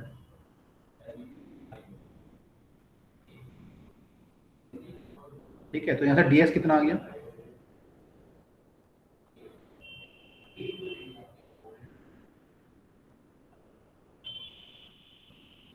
ये आया into A Y into delta X into आपका डेल्टा एक्स आया। ठीक है,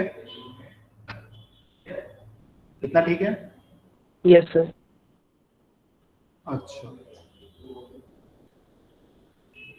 अब क्या है, ये आपका जो एलिमेंट है, आपने स्ट्रेन निकाली एक एलिमेंट में, एक एलिमेंट में निकाली, ऐसे कई सारे एलिमेंट हो सकते हैं, सब में स्ट्रेन होंगी अपनी, तो सबकी स्ट्रेन निकाल के अगर मैं ऐड कर दूं सर तो टोटल स्ट्रेन आ जाएगी। यस, बोलिए बोलिए। सर अगर हम रॉड के टॉप पे एक पॉइंट को अज्यूम करते हैं तो वो पूरा वेट सपोर्ट कर रहा होगा, तो वहां से टोटल स्ट्रेन आ जाएगा ना? किसका? सर रॉड के टॉप पे एक पॉइंट, सबसे टॉप पे स्ट्रेन किसका आएगा वो? सर टोटल स्ट्रेन आ जाएगा क्यों आएगा? टोटल क्यों आएगा? सर, क्योंकि वो पूरे वेट को सपोर्ट कर रहा है ना। पॉइंट सपोर्ट कर रहा है ना? यस सर, जो टॉप पॉइंट है, तो टॉप एलिमेंट जो है वो पूरे वेट को सपोर्ट कर रहा है, तो उसका स्ट्रेन आएगा ना, एलिमेंट का, पूरी वायर का थोड़ी आ जाएगा।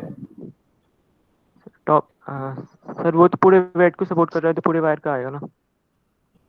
नहीं आएगा, पूरी वायर का क्यों आएगा? आपको लगा पूरी वायर का?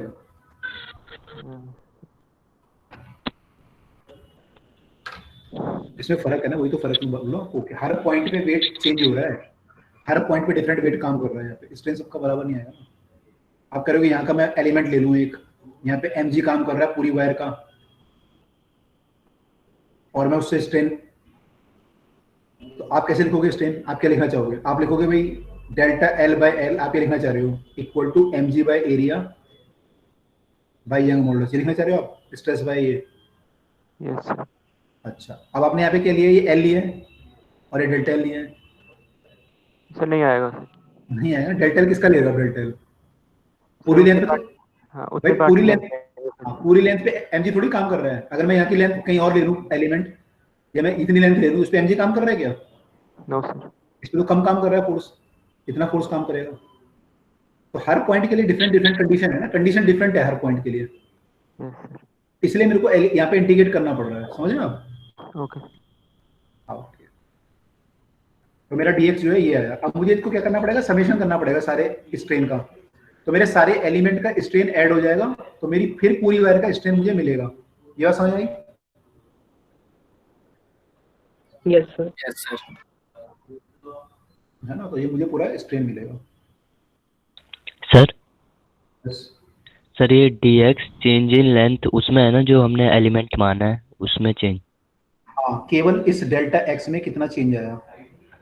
Okay sir. ठीक है, हम एलिमेंट का ऐड करते जा रहे हैं, नहीं तो फिर आपका गड़बड़ वही गड़बड़ हो जाएगा जो आप गड़बड़ यहाँ कर रहे हो ना। ये अगर आप बार बार लेते रहोगे ना एलिमेंट, तो बार बार वो ऐड होता जाएगा। मान लो इतना आपने लिया तो इसमें फिर स्ट्रेन आ गया, फिर आपने मान लो कुछ इतना लिया तो फिर दोबारा इसमें भी स्ट्रेन आ जाएगा, इसमें भी आ जाएगा, तो ऐड हो जाएंगे दोबारा 2 बार। Yes sir. इसलिए हम एक एलिमेंट बाय एलिमेंट चल रहे हैं, पहले एक एलिमेंट, फिर दूसरा एलिमेंट, फिर तीसरा एलिमेंट, ऐसे कर रहे हैं। इसमें स्ट्रेन कितना है, इसमें कितना है, इसमें कितना है, इसमें कितना है, सब ऐड कर लेंगे फिर हम। ठीक है, तो समेशन करेंगे इसका। समेशन मतलब इंटीग्रेशन करना पड़ेगा आपको, तो आपका सारा स्टेशन, आपका स्ट्रेन आ जाएगा सारा। उसका जब समेशन करोगे तो क्या बनेगा, ये इंटीग्रेशन होगा एक्चुअली, क्योंकि कंटिन्यूस वो है आपका जो डिस्ट्रीब्यूशन है यहाँ पे कंटिन्यूस है। तो यहाँ पे जब आप करोगे तो आपका इंटीग्रेशन आ जाएगा L minus x into delta x. Actually ये dx, इसको आप डेल्टा एक्स बोल सकते हो या dx भी बोल सकते हो। एक्चुअली सिंबल आपको ना थोड़ा सा लेने पड़ेंगे, तो आप डेल्टा एक्स भी, मैंने आपको एलिमेंट दिखाने के लिए डेल्टा एक्स लिया था। ठीक है, तो कुल मिला के आपका जो इंटीग्रेशन आ रहा है वो आएगा mg by L A Y L minus X delta X. Integration कहाँ से कहाँ तक करोगे? एलिमेंट आपने यहाँ पे लिया था, कहाँ पे लिया था? x डेप्थ पे, तो x कहाँ से कहाँ तक करोगे? 0 से लेके l तक करोगे इंटीग्रेशन। Yes sir. तो ये आपका सारा स्ट्रेन ऐड होके आ जाएगा। तो देखो कितनी वैल्यू आती है इसकी, mg by A L Y mg by ALy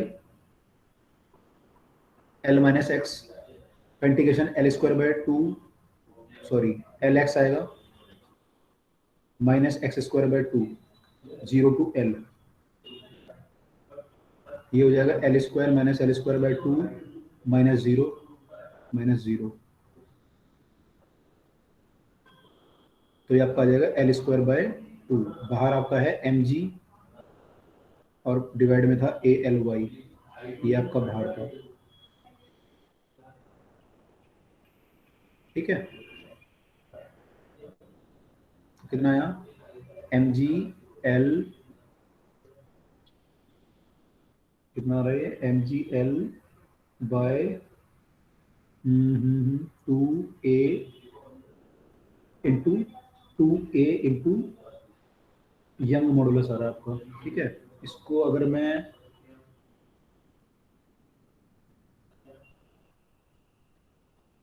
और उसमें लिखूं तो इस फॉर्म में लिख सकता हूं मैं। अगर मैं मान लो डायरेक्ट निकालता इसको, जो आप बोलो सेंटर ऑफ मास करके निकालता, तो क्या था मेरा इनोंगेशन, यहाँ पे सेंटर ऑफ मास पे मानता अगर, उससे क्या था, ये आपको L/2 लेंथ माननी पड़ती, फिर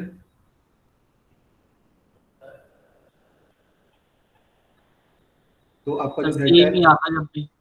सेम आ रहा है। Yes sir. यहाँ पे फोर्स आप mg ले लोगे बाय एरिया, लेंथ L ले लोगे, L/2 लोगे सॉरी, और यहाँ पे y लोगे, तो सेम आ रहा है, ठीक है। यहाँ पे सेम आ रहा है, राइट। Yes sir. सेम इसलिए आ रहा है, या ये आ गया सबको समझ में, इतना समझ में आ गया सबको, इंटीग्रेशन जब हमने किया सब ये समझ में आया, क्योंकि एलिमेंट लिया हमने, क्यों लिया, इंटीग्रेशन किया, वो सब समझ में आ गया। Yes sir.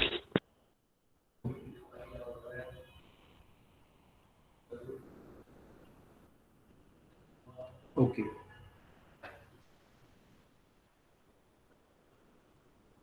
देखो अब मैं बताता हूँ, आप जो पूछे थे ना वो कि सर सेंटर ऑफ मास पे लेंगे तो क्या होगा क्या नहीं होगा। मैं कह रहा था आपको, मान लो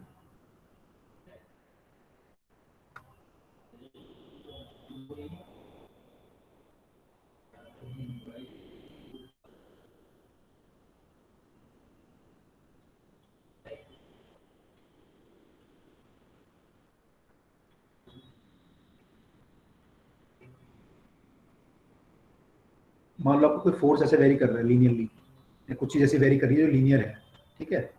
इसकी वैल्यू यहाँ पे 0 है, यहाँ पे 10 है, मिड पे कितनी वैल्यू होगी, 5। मिड पे 5 होगी, 5 होगी, है ना। ओके, अब मान लो इसकी जो मैं वैल्यू निकाल रहा हूँ फोर्स की, मैं F इंटू डी एक्स करके कुछ वैल्यू निकालना चाह रहा हूँ, मतलब डी एक्स एलिमेंट ले रहा हूँ, तो इसकी जो वैल्यू है वो मैं निकालना चाह रहा हूँ F इंटू डी एक्स करके, या कुछ और करके। ये वैल्यू 5 है, इनका एवरेज है ना, दोनों का एवरेज आए 10। Yes sir. अच्छा, ये वैल्यू अगर ऐसे वेरी करी होती और ये वैल्यू 10 होती और ये 0 होता, अब क्या सेंटर में इसका एवरेज आता? No sir. No sir. नहीं आता। तो जो चीज आपकी लीनियरली वेरी कर रही होती है एक्चुअली, उसको आप सेंटर या सेंटर ऑफ मास या सेंटर पे मान के उससे चीजें निकाल सकते हो।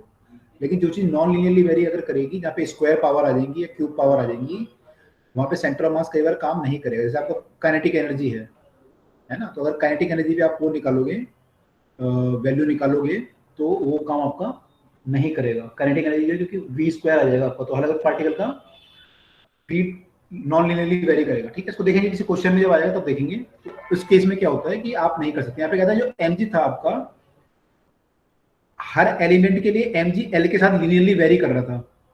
mg की वैल्यू अगर आप इतने एलिमेंट के लिए लोगे, तो आपका जो mg है वो एक्चुअली हर एलिमेंट के लिए लीनियरली वेरी कर रहा है। जैसे जब नीचे आते जा रहे थे ना, तो आपके l की जो वैल्यू थी यहाँ पे वो बढ़ती जा रही थी, तो आपके फोर्स की वैल्यू घटती जा रही थी, तो वेरिएशन लीनियर था।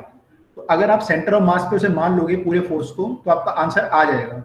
अगर ये वेरिएशन नॉन लीनियर होता और आप सेंटर ऑफ मास पे मानते उसे, तो उस केस में नहीं आता फिर, ठीक है। अगर ये फोर्स नॉन लीनियर होता और आप सेंटर ऑफ मास पे पूरे फोर्स को कंसंट्रेट करके मान लेते, तो फिर आंसर नहीं आता, राइट।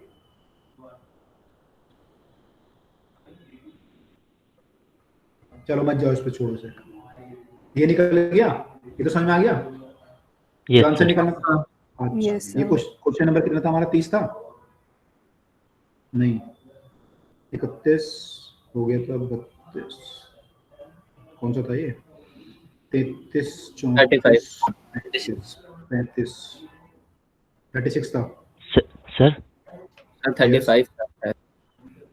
यस यस बोलो। सर अगर हम इंटीग्रेशन से करेंगे तो वो दोनों केस में आ जाएगा, मतलब लीनियर हो या ना हो, उसमें दोनों केस में इंटीग्रेशन लग जाएगा। इंटीग्रेशन तो आ ही जाएगा, इंटीग्रेशन तो आ ही जाएगा। Okay sir. मैंने, आप शॉर्टकट मार रहे हो ना एक्चुअली, जब आप बीच में लगा रहे हो आप शॉर्टकट मारना चाह रहे हो, आप इंटीग्रेशन नहीं करना चाह रहे, आप कह रहे हो मैं उसको सेंटर में मान लेता हूँ, फोर्स को कर लेता हूँ, तो मैं करूँगा लीनियर वेरिएशन होगा तो सेम आंसर आएगा इंटीग्रेशन से। लेकिन अगर आप वैसे शॉर्टकट लगाओगे आप नॉन लीनियर वेरिएशन में, तो तब नहीं आएगा, मैं ये कहना चाह रहा हूँ आपको। Okay sir. तो ये क्वेश्चन नंबर था 36, 36। ओके ठीक है, 36 में doubt? No sir. 37, yes sir. what amount of work is done to require the increase of and increasing the length of the wire through unity?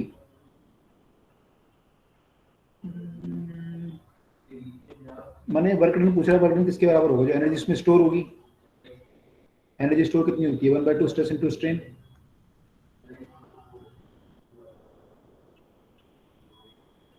तो 1/2 स्ट्रेस इनटू स्ट्रेन, यहाँ पे जो formula दिया हुआ है आपको यंग मॉडुलस की form में दिया हुआ है, और बोला है कि डेल्टा एल मेरा 1 है, तो डेल्टा एल 1 है बाय एल हो जाएगा।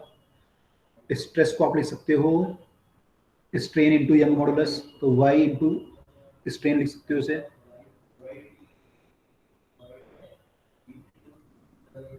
आपका यंग मॉडुलस ही होता है ना, stress by strain. Yes sir. तो यहाँ से आपका ये आ जाएगा वाई, स्ट्रेस आ जाएगा वाई इंटू स्ट्रेन, तो ये स्ट्रेन का स्क्वायर हो जाएगा आपका, एक स्ट्रेन ऑलरेडी था यहाँ पे, तो ये आ जाएगा आपका इसका स्क्वायर, तो ये आ जाएगा equal to 1/2 Y L. Delta L आपका 1 है, डेल्टा एल आपका 1 है, और ये work done per unit volume है, अभी हम पर यूनिट वॉल्यूम पे चल रहे हैं, तो ये बाय एल स्क्वायर आ जाएगा per unit volume work done. अगर आप वर्क डन टोटल निकालना चाहोगे तो वॉल्यूम से मल्टीप्लाई करना पड़ेगा आपको,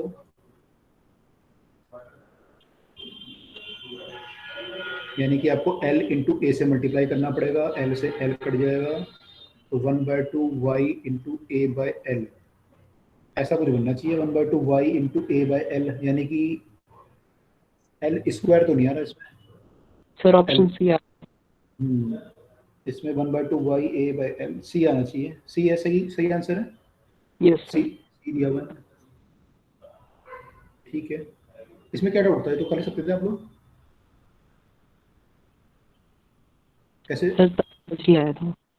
सी आया था सर, समझ नहीं आया था तब पेपर के टाइम। तो समझ में नहीं आया था। अच्छा, अब तुमने फॉर्मूला देख लिया ना ये वाला? Yes sir. ओके, यही तो फायदा होता है पेपर का, कई चीज ऐसी होती है आपको लगता है क्लास में बहुत अच्छी तरह समझ में आ गई, पेपर में कई बार समझ में नहीं आता, इसका फायदा यही होता है। There is no change in the volume of the wire, Poisson ratio, ये तो निकाला था हमने क्लास में। सर ये वाला नहीं, 41। 38 किसी का नहीं है? No sir. चलो 39, 40, 41 है। Yes sir. 3 liquid of equal masses are taken in identical cubical vessel, मास बराबर है तीनों के, मास।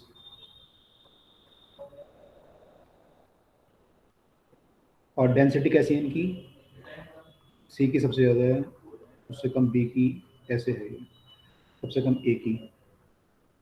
Force exerted by the liquid on the base of the cubical vessel, force पूछ रहा है exerted on the cubical vessel, इसको क्यूबिकल वेसल में भरा तीनों को, सेम वेसल में, फोर्स निकालना है, क्या होगा बताओ, क्या करा आप लोगों ने? सेम होगा।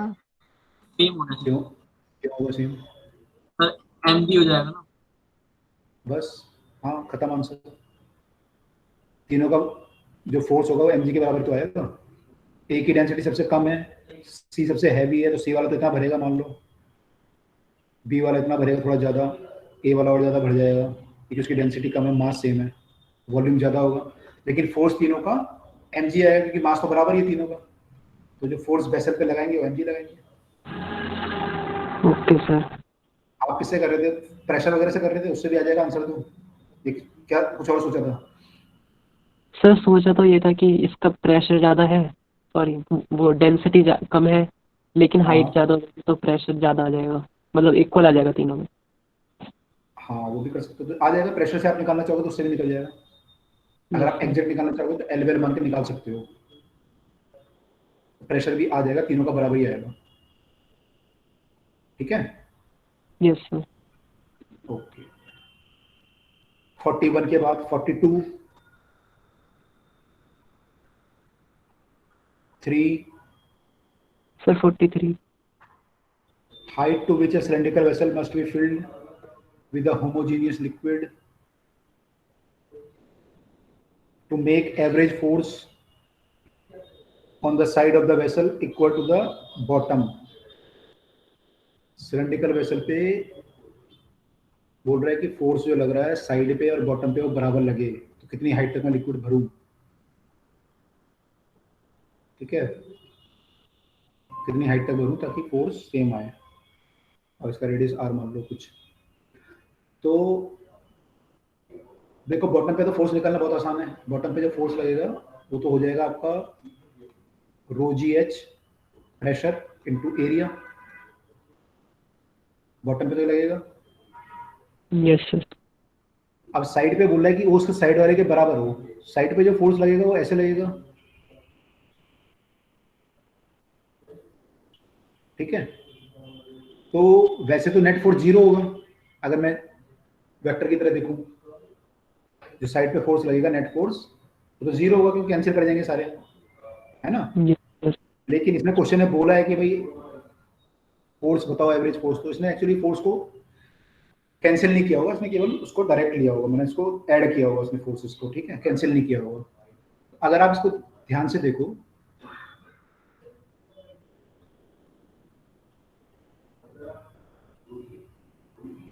अच्छा मान लो ये ऐसा होता,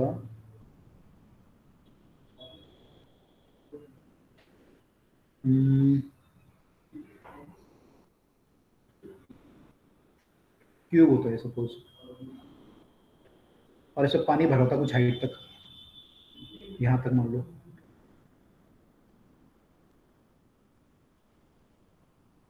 यहां तक पानी भरा होता, तो इस क्यूब की वॉल पे फोर्स लगाता, क्यूब की वॉल पे फोर्स लगाता ना। अगर मान लो यहाँ तक पानी भरा हुआ है तो क्यूब की वॉल पे फोर्स लगाएगा ये। Yes sir. तो फोर्स जो होगा यहाँ पे कम लगेगा क्योंकि यहाँ प्रेशर कम है, यहाँ ज्यादा लगेगा, यहाँ और ज्यादा लगेगा, यहाँ पे और ज्यादा लगेगा।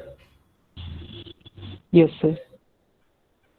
तो नेट फोर्स अगर मुझे निकालना है इस वॉल पे तो कैसे निकालूंगा? मेरे को प्रेशर पता है यहाँ पे एक पर्टिकुलर पॉइंट पे, कैसे निकालूंगा बताओ? उसमें क्या करना चाहिए मुझे ऐसे केस में?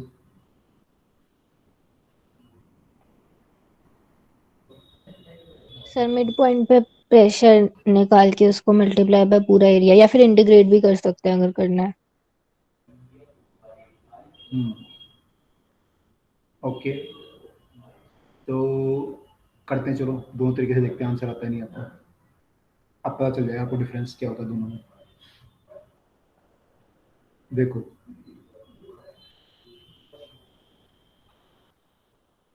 यहाँ पे प्रेशर कम है तो यहाँ फोर्स कम होगा, यहाँ पे फोर्स ज्यादा होगा, यहाँ पे और ज्यादा, यहाँ पे और ज्यादा। ठीक है, मुझे नेट फोर्स निकालना है, तो नेट फोर्स निकालने के लिए मैं क्या करता हूँ, मेरा प्रेशर जो है वेरी कर रहा है, तो मान लो कि मैं इसका वॉल का एक एलिमेंट मान लेता हूँ और वहां पे फोर्स निकाल लेता हूँ। जैसे वॉल है मान लो, इसके पीछे पानी भरा हुआ है, तो मैं वॉल का एक एलिमेंट मान लेता हूँ सपोज ये वाला, और केवल इतने पे मैं फोर्स निकाल लूँ। ठीक है, वॉल का ये एलिमेंट है, इसके पीछे पूरा पानी भरा हुआ है और इस एलिमेंट की हाइट डी है। ठीक है, तो इसका हाइट डी है, लेंथ इसकी एल मान लो, वॉल की कंटेनर की एल है, तो इसका जो एरिया होगा वो कितना होगा, एल इंटू डी एच होगा। और ये मान लो डेप्थ h पे था, तो यहाँ प्रेशर कितना होगा? कितना? ठीक, सर यहाँ एच की जगह डी एच आना चाहिए। कहाँ पर? यहाँ पर यस सर। प्रेशर किसके कारण है? लिक्विड के कारण है ना प्रेशर। ये लिक्विड का फ्री सरफेस है, उससे डेप्थ लोगे ना यहाँ पे। जब आप इस पॉइंट पे प्रेशर निकालोगे तो रो जी एस तो लिखोगे, डी एच क्यों लिखोगे? यस सर, रोज ये जाएगा। और जब एरिया लिखोगे तो आपको एल इंटू डी एच करना पड़ेगा इस एरिया को निकालने के लिए जिसपे फोर्स लग रहा है, ये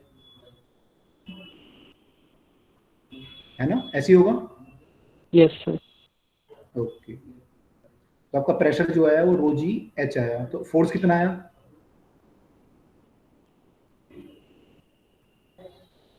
प्रेशर इंटू एरिया, ये डी एफ आया।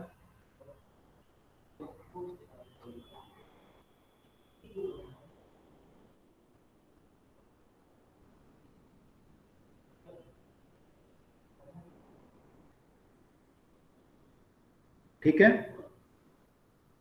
Yes sir. सर ये एल, सॉरी सर यहाँ पे एल नहीं लिखा आपने डी एच के साथ। एल लिखा, एल भी लिख लो। ओके, एल भी आएगा, सही बात है। तो ये आपका फोर्स आया, ठीक है, ये आपका फोर्स आ गया। अब फोर्स, हमें सारा फोर्स निकालना है तो हमें सारे एलिमेंट का फोर्स ऐड करना पड़ेगा, सारे एलिमेंट। तो आपको क्या करना पड़ेगा, इसे इंटीग्रेट करना पड़ेगा। एफ निकालने के लिए you have to integrate D F, means you have to integrate this thing. इसमें एल कांस्टेंट है, रो कांस्टेंट है, जी कांस्टेंट है, एच डी एच वेरी कर रहा है। कहाँ से कहाँ तक? जीरो से एच तक। डेप्थ मान लो कोई है ना, जो भी डेप्थ होगी, कैपिटल एच मान लो, तो जीरो से कैपिटल एच तक। इसका इंटीग्रेशन क्या आ जाएगा? L rho G H square by 2 आएगा इसका इंटीग्रेशन। तो Yes, वैल्यू करोगे तो ये आ जाएगा। ठीक है, ये फोर्स आ गया। Yes sir. Yes sir. अच्छा, ये फोर्स आ गया। अब ऐसे अगर मान लो आप सिलेंडर के केस में करते, ये तो इस केस में हो गया। अगर सिलेंडर के केस में करते इसमें, तो वैल्यू कितनी आती है आपकी इस केस में? अगर मैं निकालता इसमें तो कैसे करते आप? एक एलिमेंट मानते आप, ऐसे रिंग माननी पड़ती है आपको, एलिमेंट एक। इस रिंग पे प्रेशर लिखते आप, है ना, फिर उसे इंटीग्रेट करते हैं। तो ये जो रिंग है, मान लो ये एच डेप्थ पे है, इसको कैपिटल एच मान लो सपोज, और इसको स्मॉल एच मान लो। इस क्वेश्चन में को दिया था कि कैपिटल एच स्मॉल एच, उसमें दिया हुआ ना, ठीक है। तो इसको कैपिटल एच मान लो टोटल डेप्थ को, और इसको स्मॉल एच मान लो, ताकि हम इंटीग्रेशन कर पाए जीरो से कैपिटल एच तक। इस केस में जो फोर्स आएगा एच डेप्थ पे, वो आएगा रो जी एच, तो सेम आएगा। प्रेशर आपका आएगा रो जी एच, और जो फोर्स आएगा वो आ जाएगा प्रेशर इनटू स्मॉल एरिया। अब यहाँ पे क्या लिखूं? प्रेशर की जगह, एरिया की जगह क्या लिखूं? इस एलिमेंट का एरिया कितना होगा? 2 pi R H. 2 pi R into D H, क्योंकि एलिमेंट मेरा ये है ना इतना छोटा सा, इसका हाइट डी एच होगी, 2 पाई आर डी एच लिखूंगा। ठीक, यस सर। अच्छा, तो ये इक्वल टू कितना आएगा? रो जी एच, इसका इंटीग्रेशन होगा, ये तो डी एफ है ना आपका, एफ इक्वल टू इसका इंटीग्रेशन डी एफ का करेंगे तो रो जी एच बाहर आ जाएगा, 2 पाई आर सब 2 पाई बाहर आ जाएगा, आर भी बाहर आ जाएगा, एच नीचे, एच अंदर जाएगा, एच डी एच का इंटीग्रेशन होगा, तो you will get rho G 2 pi R H square by 2, यानी कि वैल्यू पुट करोगे तो ये कैपिटल एच स्क्वायर बाय 2 हो जाएगा। तो ये फोर्स आया आपका, फोर्स ऑन द साइड। ये क्लियर हुआ सबको? Yes sir. और ये क्या था? Force on the base. ये फोर्स ऑन द बेस था, rho G H into pi R square, ये कैपिटल एच आ जाएगा। ठीक है, यस सर। Yes, sir. अब वो क्या कह रहा है? ये दोनों बराबर हैं। वो कह रहा है F of the side equal to F the base है। आपको ये करने के लिए कह रहा है मैं कितना पानी भरूं, तो इनको इक्वेट कर लेते हैं। तो इससे क्या आएगा, मेरा एफ साइड में जो मेरा आ रहा है वो आ रहा है rho G 2 pi R H square by 2, और यहाँ पे आ रहा है मेरा rho G H pi R square. अब देखो क्या क्या कट रहा है इससे, रो जी पाई कट गया। ए एच की एक पावर कट जाएगी, आर की एक पावर कट जाएगी, तो क्या बचा यहाँ पे, यहाँ तो बचा एच, 2 से 2 कट जाएगा, और यहाँ बचा R, H equal to R, ये आ रहा है मेरा एक्सप्रेशन। समझ आया? Yes sir. Yes sir.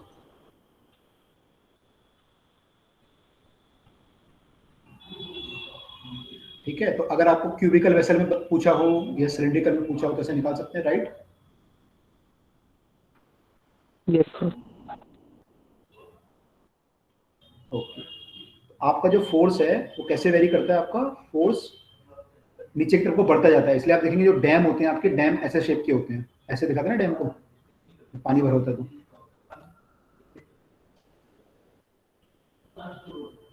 Dam के शेप बनाने का रीजन क्या है कि नीचे आपका फोर्स क्या होता है, यहाँ पे प्रेशर क्या होता है, ज्यादा लगता है। ठीक है,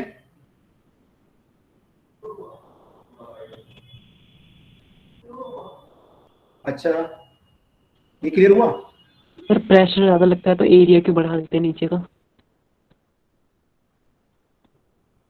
प्रेशर ज्यादा लगता है तो एरिया क्यों बढ़ा देते हैं नीचे का? Yes sir. इसलिए बढ़ा देते हैं। यहाँ पे क्या करेगा ये, कौन सा फोर्स लगेगा इसको डैम को तोड़ने में? अगर मान लो फोर्स प्रेशर काम कर गया तो डैम ऐसे टूट जाएगा आपका। किस तरह का फोर्स है ये?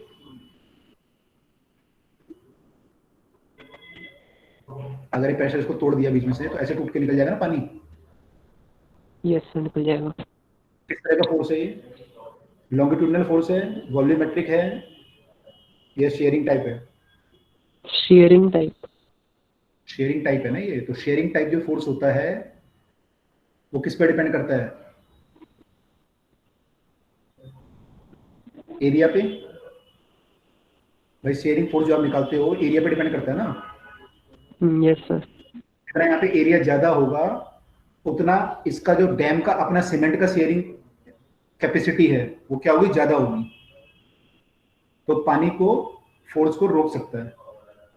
क्योंकि अभी दो फोर्स काम कर रहे हैं ना, पानी का कर रहा है, एक सीमेंट का अपना कर रहा है, जो फोर्स उसका शेयरिंग होगा अपना, उसकी कैपेसिटी होगी वो शेयरिंग कैपेसिटी। तो जितना आप यहाँ पे एरिया बढ़ाते जाओगे उतना आपका एरिया बढ़ता जाएगा, उतना शेयरिंग फोर्स आपको ज्यादा मिलता जाएगा, तो पानी उसको तोड़ नहीं पाएगा। क्लियर हुआ? सर शेयरिंग फोर्स एरिया पे कैसे डिपेंड करता है? शेयरिंग फोर्स एरिया पे कैसे डिपेंड करता है, मतलब मैं कह रहा हूँ देखो,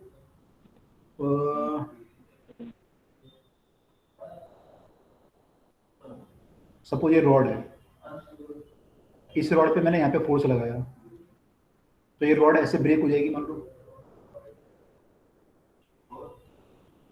ठीक है, यहाँ पे आपका शेयरिंग फोर्स, ये फोर्स काम कर रहा था इसलिए ब्रेक हो गई है, एक्सटर्नल फोर्स। ठीक है, इसको अपोज कौन कर रहा होगा? इसको अपोज एक शेयरिंग फोर्स काम, इसका जो अंदर सीमेंट के फोर्स होंगे वो अपोज कर रहे होंगे इसको, इस फोर्स को। अब ये फोर्स किस पे डिपेंड करेंगे, उसके जितना एरिया होगा यहाँ पे, क्रॉस सेक्शन एरिया जो होगा उस पर डिपेंड करेगा। Yes sir. उतने मॉलिक्यूल ज्यादा होंगे ना आपके, तो उतने उनके फोर्स ज्यादा होंगे। ठीक है, तो यहाँ पे आपको क्या करना पड़ेगा एक्चुअली, यहाँ पे जो शेयरिंग फोर्स लग रहे हैं मटेरियल के अंदर वो इसको अपोज कर रहे हैं टूटने को, रॉड को, तो रॉड को टूटने नहीं दे रहे वो। ठीक है, रॉड को बांध के रख रहे हैं, तो ये रॉड के अपने शेयरिंग फोर्स है, किस पे डिपेंड करेंगे, यहाँ पे जो इसका एरिया होगा, इस पे जो जो मॉलिक्यूल होंगे ये इनके बीच का, तो इस पे एरिया पे डिपेंड करेंगे फोर्स क्या लग रहा है इनका। ये आपकी फोर्स को अपोज करेगा, तो यहाँ पे जितना ज्यादा एरिया होगा उतना ज्यादा आपका शेयरिंग फोर्स आपको ज्यादा मिलेगा। ठीक है, तो इनफैक्ट इस रॉड को हमें ऐसे बनाना चाहिए था, टैपर्ड, क्योंकि यहाँ पे जब जैसे आप इधर को आते जाओगे इसका वेट जो है बढ़ता जाएगा, केवल इतने पार्ट पे, बल्कि नहीं ऐसा नहीं, उल्टा बनाना चाहिए था, इस रॉड को आपको ऐसे बनाना चाहिए था। क्यों?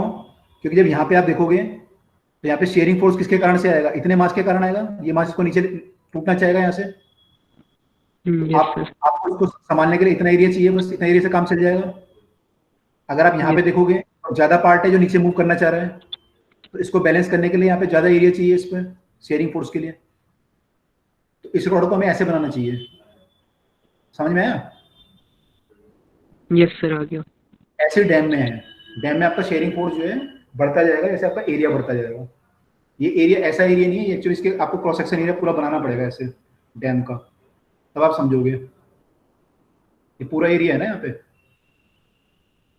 शेयरिंग फोर्स यहाँ पे काम कर रहा है पूरे एरिया पे, समझ रहे हो? सर फिर हम जो टेंसाइल या कंप्रेसिव फोर्सेस वगैरह देखते हैं वो उसमें दोनों साइड से लगनी चाहिए ना, तभी कंसिडर कर सकते हैं उनको, नहीं तो ये शेयरिंग ही आएगी अगर एक ही साइड से ऐसे लग रही होगी नॉर्मली तो। हाँ बोल सकते हो, आपको मैंने डिपेंड करता है कि बॉडी को आप कैसे वो करो। जैसे मान लो यहाँ पे मैं फोर्स ऐसे लगाया था तो कंप्रेसिव होती है दीवार, इसको फिर अपोज कर देती, कंप्रेसिव फोर्स हो जाता है ये। इसको मैं yes. ऐसे लगाता तो टेंसाइल हो जाती। तो ये फिक्स्ड है ना, मतलब दूसरी साइड से भी लग ही रहा है इसमें भी, मतलब मान सकते हैं हम। लेकिन अगर आप ऐसा लगा दो शेयरिंग लगेगी, ऐसा लगाओगे तो फिर दोनों शेयरिंग भी हो जाएगी, है ना? इसका कंपोनेंट ब्रेक होंगे, तो कंपोनेंट इधर को बनेगा, एक कंपोनेंट इधर को बनेगा, ये इसको कंप्रेस करेगा, ये इसको शेयर करेगा, ये वाला कंपोनेंट शेयर करेगा। ठीक है? Okay sir. अच्छा, तो आप तो बिल्कुल उसमें घुस गया मटेरियल में। ये मटेरियल का वो है। ठीक है, चलो मैं आपको एक चीज बताना यहाँ पे चाह रहा था पिछले क्वेश्चन से रिलेटेड। ये समझ में आ गया फोर्स जो हमने निकाला इंटीग्रेशन करके, समझ में है? Yes sir. अच्छा, अब मान लो बोलते हैं कि टॉर्क बताओ, अबाउट द बेस टॉर्क कितना लगेगा, कैसे निकालते हैं? सेम चीज है, सेम क्वेश्चन। मुझे टॉर्क चाहिए अबाउट द बेस, पानी भरा हुआ है यहाँ तक एच हाइट तक, सेम। तो मैं क्या करूंगा, वही फिर एक एलिमेंट लूंगा, एलिमेंट पे फोर्स निकालूंगा डीएफ। एलिमेंट पे जो फोर्स काम कर रहा है, कितना काम कर रहा था मेरा डीएफ, ये आ रहा था मेरा ना पी इंटू डी ए, यानी कि इतना फोर्स काम करेगा। सॉरी, वर्टिकल के लिए देखते हैं, क्यूब के लिए हमारा ये आ रहा था पी इंटू डी ए, इतना आ रहा था L rho G H D H, यही आएगा पी इंटू डी ए। प्रेशर हमारा था रो जी एच, और डी ए हमारा जो एरिया था वो हो जाएगा एल इंटू डी एच। ये बात क्लियर है सबको? Yes sir. अच्छा, ये मैंने डेप्थ यहाँ से h मान रखी है, ठीक है? ये मेरा आया फोर्स। अब मुझे लेना है टॉर्क, तो मैं स्मॉल टॉर्क लूंगा, वो कितना आएगा, फोर्स इंटू परपेंडिकुलर डिस्टेंस। अब टॉर्क किसके अबाउट ले रहा हूं मैं, अबाउट द बेस। टॉर्क किसके अबाउट ले रहा हूं, अबाउट द बेस। तो यहाँ से डिस्टेंस मेरा कितना हो जाएगा, ये h माइनस एच हो जाएगा। ठीक, यस सर। प्रेशर आप ऐसे काम कर रहे हैं ना, प्रेशर फोर्स तो ऐसे काम कर रहे हैं, तो इससे परपेंडिकुलर डिस्टेंस आएगा वो h माइनस एच आएगा। तो we can write this as h minus H into df। df कितना आएगा, rho G H l into dh। ठीक, ये dt आ गया।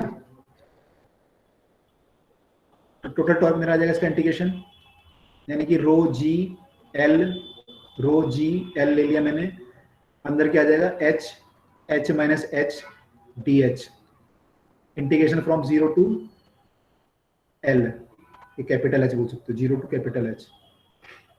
ये बात समझ में आई? ये सही है? Yes sir. इसका इंटीग्रेशन क्या हो जाएगा, h इंटू एच है तो ये h into H square by 2 हो जाएगा, माइनस एच स्क्वायर है तो h क्यूब बाय 3। तो इसका इंटीग्रेशन फ्रॉम 0 टू h ये आएगा। ठीक है, h इंटू एच करेंगे तो एच स्क्वायर बाय 2 आएगा इसका इंटीग्रेशन, और जब h स्क्वायर होगा तो h क्यूब बाय 3 आएगा। इसको सॉल्व करोगे तो you will gate h cube bye 2 minus h cube bye 3 आ रहा है हमारा रो जी एल। इसको सॉल्व करोगे तो कितना बनेगा, ये बनेगा 3 माइनस 2 बाय 6, यानी कि h क्यूब बाय 6, 1 बाय 6 rho G L into H cube. This is the torque.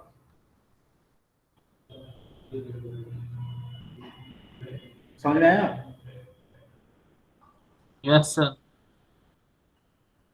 तो ऐसे आप टॉर्क निकाल सकते हो और ऐसे आप फोर्स निकाल सकते थे।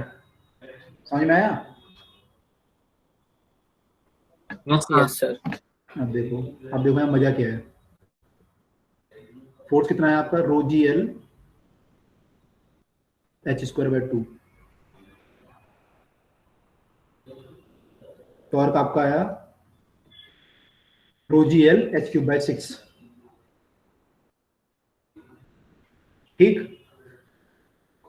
अब देखो, अब आप कह रहे हो कि सर मैं करता हूं एवरेज का यूज। ये हाइट मेरी एस थी, मैं कहता हूं मैं यहाँ पे फोर्स यहाँ पे लगाता हूँ मिड पे। मैं फोर्स निकालने के लिए मिड का प्रेशर यूज करता हूँ। मेरा फोर्स क्या था, प्रेशर इनटू एरिया था। तो मैं कहता हूँ सर मैं मिड पे प्रेशर निकालता हूँ h/2 पे और पूरे एरिया से मल्टीप्लाई कर देता हूँ, देखता हूँ आंसर आता है कि नहीं आता। मैं कहा निकालो भाई। आपने निकाला रो जी एल, प्रेशर कितना होगा यहाँ पे, रो जी h/2 इंटू एरिया। एरिया कितना हो जाएगा, h इंटू एल। इस साइड को आपका लेंथ एल है क्योंकि है ना, इस साइड को लेंथ हमारी एल है, तो एल इंटू एच हो जाएगा पूरा एरिया ये वाला जिसपे प्रेशर लग रहा है। सही है, तो सही आया। Yes sir. आ गया, सही आ गया, यही आ गया आंसर। ठीक है। Yes sir. अब आपने कहा मैं टॉर्क निकालता हूँ सर मिडिल पे लगा के। मैंने कहा लगाओ भाई। आपने कहा सर मिड पे लगाता हूँ मैं। मिड पे फोर्स कितना था मेरा, रो जी h/2 और हाइट कितनी थी फोर्स की, h/2।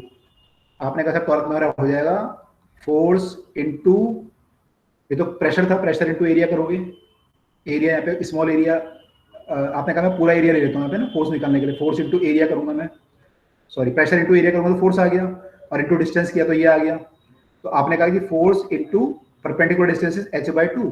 फोर्स की जगह पुट कर देता हूँ रो जी h/2 इंटू एरिया मेरा हो जाएगा L into H into h/2। तो क्या आ गया ये, rho G L H cube by 4। Same आया? No sir. ये सेम नहीं आया। क्यों नहीं आया सेम, ये क्यों सेम आ गया?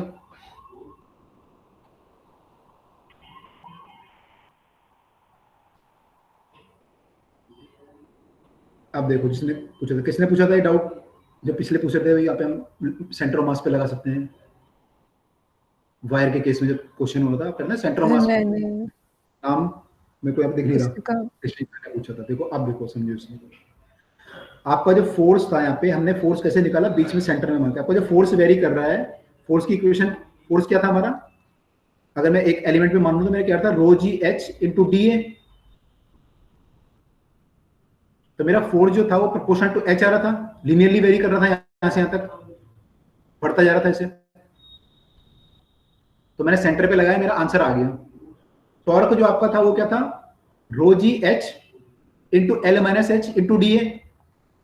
अब ये टॉर्क जो है वो प्रोपोर्शनल टू एच नहीं है, h² हो गया इसलिए नहीं आया। वो कुछ ऐसा वेरी कर रहा होगा टॉर्क आपका, तो इसलिए वो सेंटर पे लगा के काम नहीं चला आपका, तो गलत आ गया। अब क्लियर हुआ ना? मतलब ये रिलेशन देख के फिर हम यूज कर सकते हैं ना। रिलेशन देखिए, अगर लीनियरली वेरी कर रहा है, वहां पे जो आपका वायर में वेरी कर रहा था वो लीनियरली वेरी कर रहा था आपका, जो वेट जैसे बढ़ता जा रहा था लेंथ के साथ, तो स्ट्रेन उसमें बढ़ता जाएगा, तो वहां पे काम कर रहा था, यहाँ पे नहीं करेगा। ठीक है। Okay sir. ठीक है, चलो टाइम भी हो रहा है, एक आधा क्वेश्चन आपका बचा, तो फटाफट बता दो कौन सा बचा है इसके बाद। 20 40 कौन सा है, 43 हो गया हमारा। तो 43 में answer is H equal to R. ये सबको क्लियर हो गया मेरे ख्याल से। Yes sir. 44 45 में डाउट है? 44 किसी का doubt? No sir. 5 no no sir. No sir. तो फिर ठीक है, आज की क्लास यहीं पे स्टॉप करते हैं। इसको फिर आगे हम सरफेस टेंशन सर पढ़ने एक में। चीज पूछनी थी टेंसाइल स्ट्रेस की। सर टेंसाइल स्ट्रेस से वॉल्यूम में चेंज आता है या फिर शेप में? शेप में चेंज तो तब आ सकता है, पॉइजन रेशियो पे डिपेंड करता है। यस शेप, सर, वही समझ नहीं आ रहा था कि पॉइजन रेशियो अप्लाई हर बार ही होगा या नहीं होगा फिर। शेप में चेंज, अगर ये सिलेंडर है और आपने इसकी लेंथ बढ़ाई और डायमीटर कम हुआ, एक्चुअली डिपेंड करता है। जैसे मान लो ये रॉड है, अब मान लो क्यूब होता सपोज, और क्यूब में आपने टेंसाइल स्ट्रेस लगाई, तो इसकी शेप क्यूबॉइड बन सकती है। यस सर, वही मुझे भी ये लग रहा था, डिपेंड करेगा अलग अलग सिचुएशंस में। दूसरी बात इसका हो सकता है पॉइजन रेशियो इस डायरेक्शन में डिफरेंट हो, इस डायरेक्शन में डिफरेंट हो, है ना भाई। आपने ऐसे खींचा ना इसको, तो इसका जो इसके परपेंडिकुलर अगर मैं देखूं, इसके परपेंडिकुलर क्यूब में कौन कौन सी चीजें हैं। इसके परपेंडिकुलर जो है क्यूब में, एक तो इस डायरेक्शन में इसका डायमेंशन चेंज होगा। जब आप टेंसाइल स्ट्रेस लगाओगे तो इधर को चेंज होगा डायमेंशन आपका, यस सर। और पॉइजन रेशियो के कारण इधर को चेंज होगा और एक इधर को चेंज होगा। Yes sir. अब ये दोनों सर ऐसा हो सकता है कि मतलब डेंसिटी कम हो जाए और फिर शेप मतलब वो एक ही डायमेंशन चेंज हो और डेंसिटी चेंज हो जाए उसकी जगह, मतलब दूसरी डायमेंशन की जगह। डेंसिटी तो चेंज होती है। अगर मैंने बोला ना पॉइजन रेशियो अगर आपका 0.5 नहीं आएगा तो वॉल्यूम चेंज हो जाएगा ना। तो डेंसिटी तो यूजुअली चेंज होती है जब आप ऐसा करते हो, सर तो होगा ही होगा। तो सर ऐसा हो सकता है कि कोई एक ही डायमेंशन चेंज हो स्ट्रेस की वजह से और फिर बाकी दोनों ना हो। एक ही ऐसा हो डायमेंशन सकता है, चेंज हो बाकी तो ना हो। मतलब मॉलिक्यूल्स के बीच का डिस्टेंस बढ़ जाए, ऐसा मतलब हो सकता है या नहीं फिर उसके हिसाब से। नहीं, ऐसा तो यूजुअली नहीं होता है कि आपका पॉइजन रेशियो की वैल्यू अगर 0 आ गई किसी केस के लिए, वैसे उसमें लिखा था प्रैक्टिकली 0 से लेके वहां तक वेरी करती है 0.5 तक। तो अगर पॉइजन रेशियो किसी केस में मान लो आपका 0 आ रहा है, तो मतलब उसका मतलब ये है कि उसके रेट मैंने उसके लेटरल डायरेक्शन में कोई चेंज नहीं होगा, है ना। पॉइजन यस रेशियो आपका sir. Delta R divide by delta L by L होता है ना। सर अगर ये वैसे चीज मोस्टली ऐसे हम यही कंसिडर करते हैं ना पॉइजन रेशियो वाली बात की दोनों डायमेंशंस में चेंज होगा। हाँ मोस्टली ऐसे कंसीडर करते हैं। Okay sir. तो इसमें तो जैसे जो क्वेश्चन था उसमें तो स्टेटमेंट्स में से करेक्ट चूज करनी थी, तो फिर कौन सा करना चाहिए हमें? टेंसाइल स्ट्रेस वॉल्यूम में चेंज करता है या फिर शेप में? टेंसाइल स्ट्रेस वॉल्यूम में चेंज करता है या शेप में, तो बेटर ऑप्शन तो अच्छा करो शेप में चेंज करे वॉल्यूम में। पॉइजन रेशियो अगर आप कंसीडर कर रहे हो तो वॉल्यूम में चेंज शेप मान सकते हो। फिर अगर आप पॉइजन रेशियो कंसीडर ना करो, यस सर। शेप मान सकते हो। ठीक है। पॉइजन रेशियो कंसीडर करोगे तो फिर तो पॉइजन रेशियो में लेकिन पर्टिकुलर कंडीशन है कि वॉल्यूम में चेंज नहीं होगा 0.5 वाली, अदरवाइज वहाँ वॉल्यूम में चेंज होगा ही होगा। तभी पूछा था। सर अगर खैर शेप में मतलब अगर जैसे कोई सिलेंडर भी है और वो उसको स्ट्रेस लगाने के बाद भी उसमें सिलेंडर ही रहता है, लेकिन मतलब लेंथ बढ़ गई और एरिया कम हो गया, तो हम उसे चेंज इन शेप कहेंगे? नहीं, उसे फिर चेंज इन शेप यूजुअली नहीं बोलना चाहिए, क्योंकि मतलब जैसे शेप क्यूबॉइड से क्यूब में भी तो आ सकता है, तब तो बोल सकते हैं शायद। अगर से क्यूब अगर हो गया तब हो सकता है। हाँ तब तो होगा ही नहीं। मैं वैसे कह रही हूँ कि अगर वैसे ज्योमेट्रिकल शेप सेम है लेकिन वैसे डायमेंशन में चेंज है तो उसको चेंज इन शेप नहीं कह सकते ना फिर। नहीं, शेप मतलब शेप, चाहे वो बड़ा हो चाहे छोटा है। पेन है और कुतुब मीनार है, दोनों का शेप अगर सिलेंडर है तो सिलेंडर है। ओके सर, वो जनरल जनरल लैंग्वेज में हम कह देते हैं ना कई बार कि शेप बदल गया इसलिए थोड़ा। अरे आप कंफ्यूज मत हो, देखो आपकी जो किताब में क्वेश्चन दे रखे हैं ना, जो आप जहाँ से भी कर रहे होगे, वो सब पुराने उनके हैं, आरपीएमटी केसीटी, इनमें के क्वेश्चन क्या आते हैं यूपी वगैरह के। कई बार आपको ना गैस करना पड़ता है इसका मतलब क्या होगा क्या नहीं होगा, कौन से केस में ये। लेकिन जब एआई आप क्वेश्चन जो बनेंगे ना आपके एनटी के थ्रू, वो बिल्कुल क्लियर कट होंगे, उसमें ऐसा कोई कंफ्यूजन नहीं होगी क्या बोलना चाह रहा है क्या नहीं बोलना चाह रहा है, आपको अज्यूम करना पड़ रहा है ना। तो यस सर। अब ऐसे क्वेश्चन मत पूछो, बहुत क्वेश्चन है आपके जहाँ पे आपको अज्यूम करना पड़ेगा ऐसा है, उसने ये सोचा होगा ये नहीं सोचा होगा। उन क्वेश्चन की आप टेंशन लेने की जरूरत नहीं है। अब एनटी जो पेपर बनाता है वो उसमें सारे क्वेश्चन क्लियर कट होते हैं, उसमें सारी कंडीशन लिखी होती है, एज्यूम दिस एज्यूम दिस। जैसे पहले आप एआईएमडी के पेपर देखना और उसके पेपर देखना स्टेट बोर्ड के, आपको डिफरेंस पता चल जाएगा यूपी के देखना है या कर्नाटक के देखना है या केरला के। एआईएमडी का पेपर बिल्कुल क्लियर कट आता था, और जो इनके पेपर आते थे यूपी वगैरह के, वो सारे उसमें ऐसे बहुत सारे डाउट रहते थे कि ये होगा वो होगा, ये माना है नहीं माना है ना। तो अब जो आएगा वो बिल्कुल क्लियर कट आएगा, कोई प्रॉब्लम आएगी नहीं आपको, बिल्कुल सीधा सीधा चलना है हमें। Okay sir. ठीक है, चलिए ठीक है, तो यहाँ पे क्लास को स्टॉप करते हैं। कोई और डाउट तो नहीं है किसी का? Good evening sir. Good evening all, next class में मिलते हैं, कंटिन्यू करते हैं सर।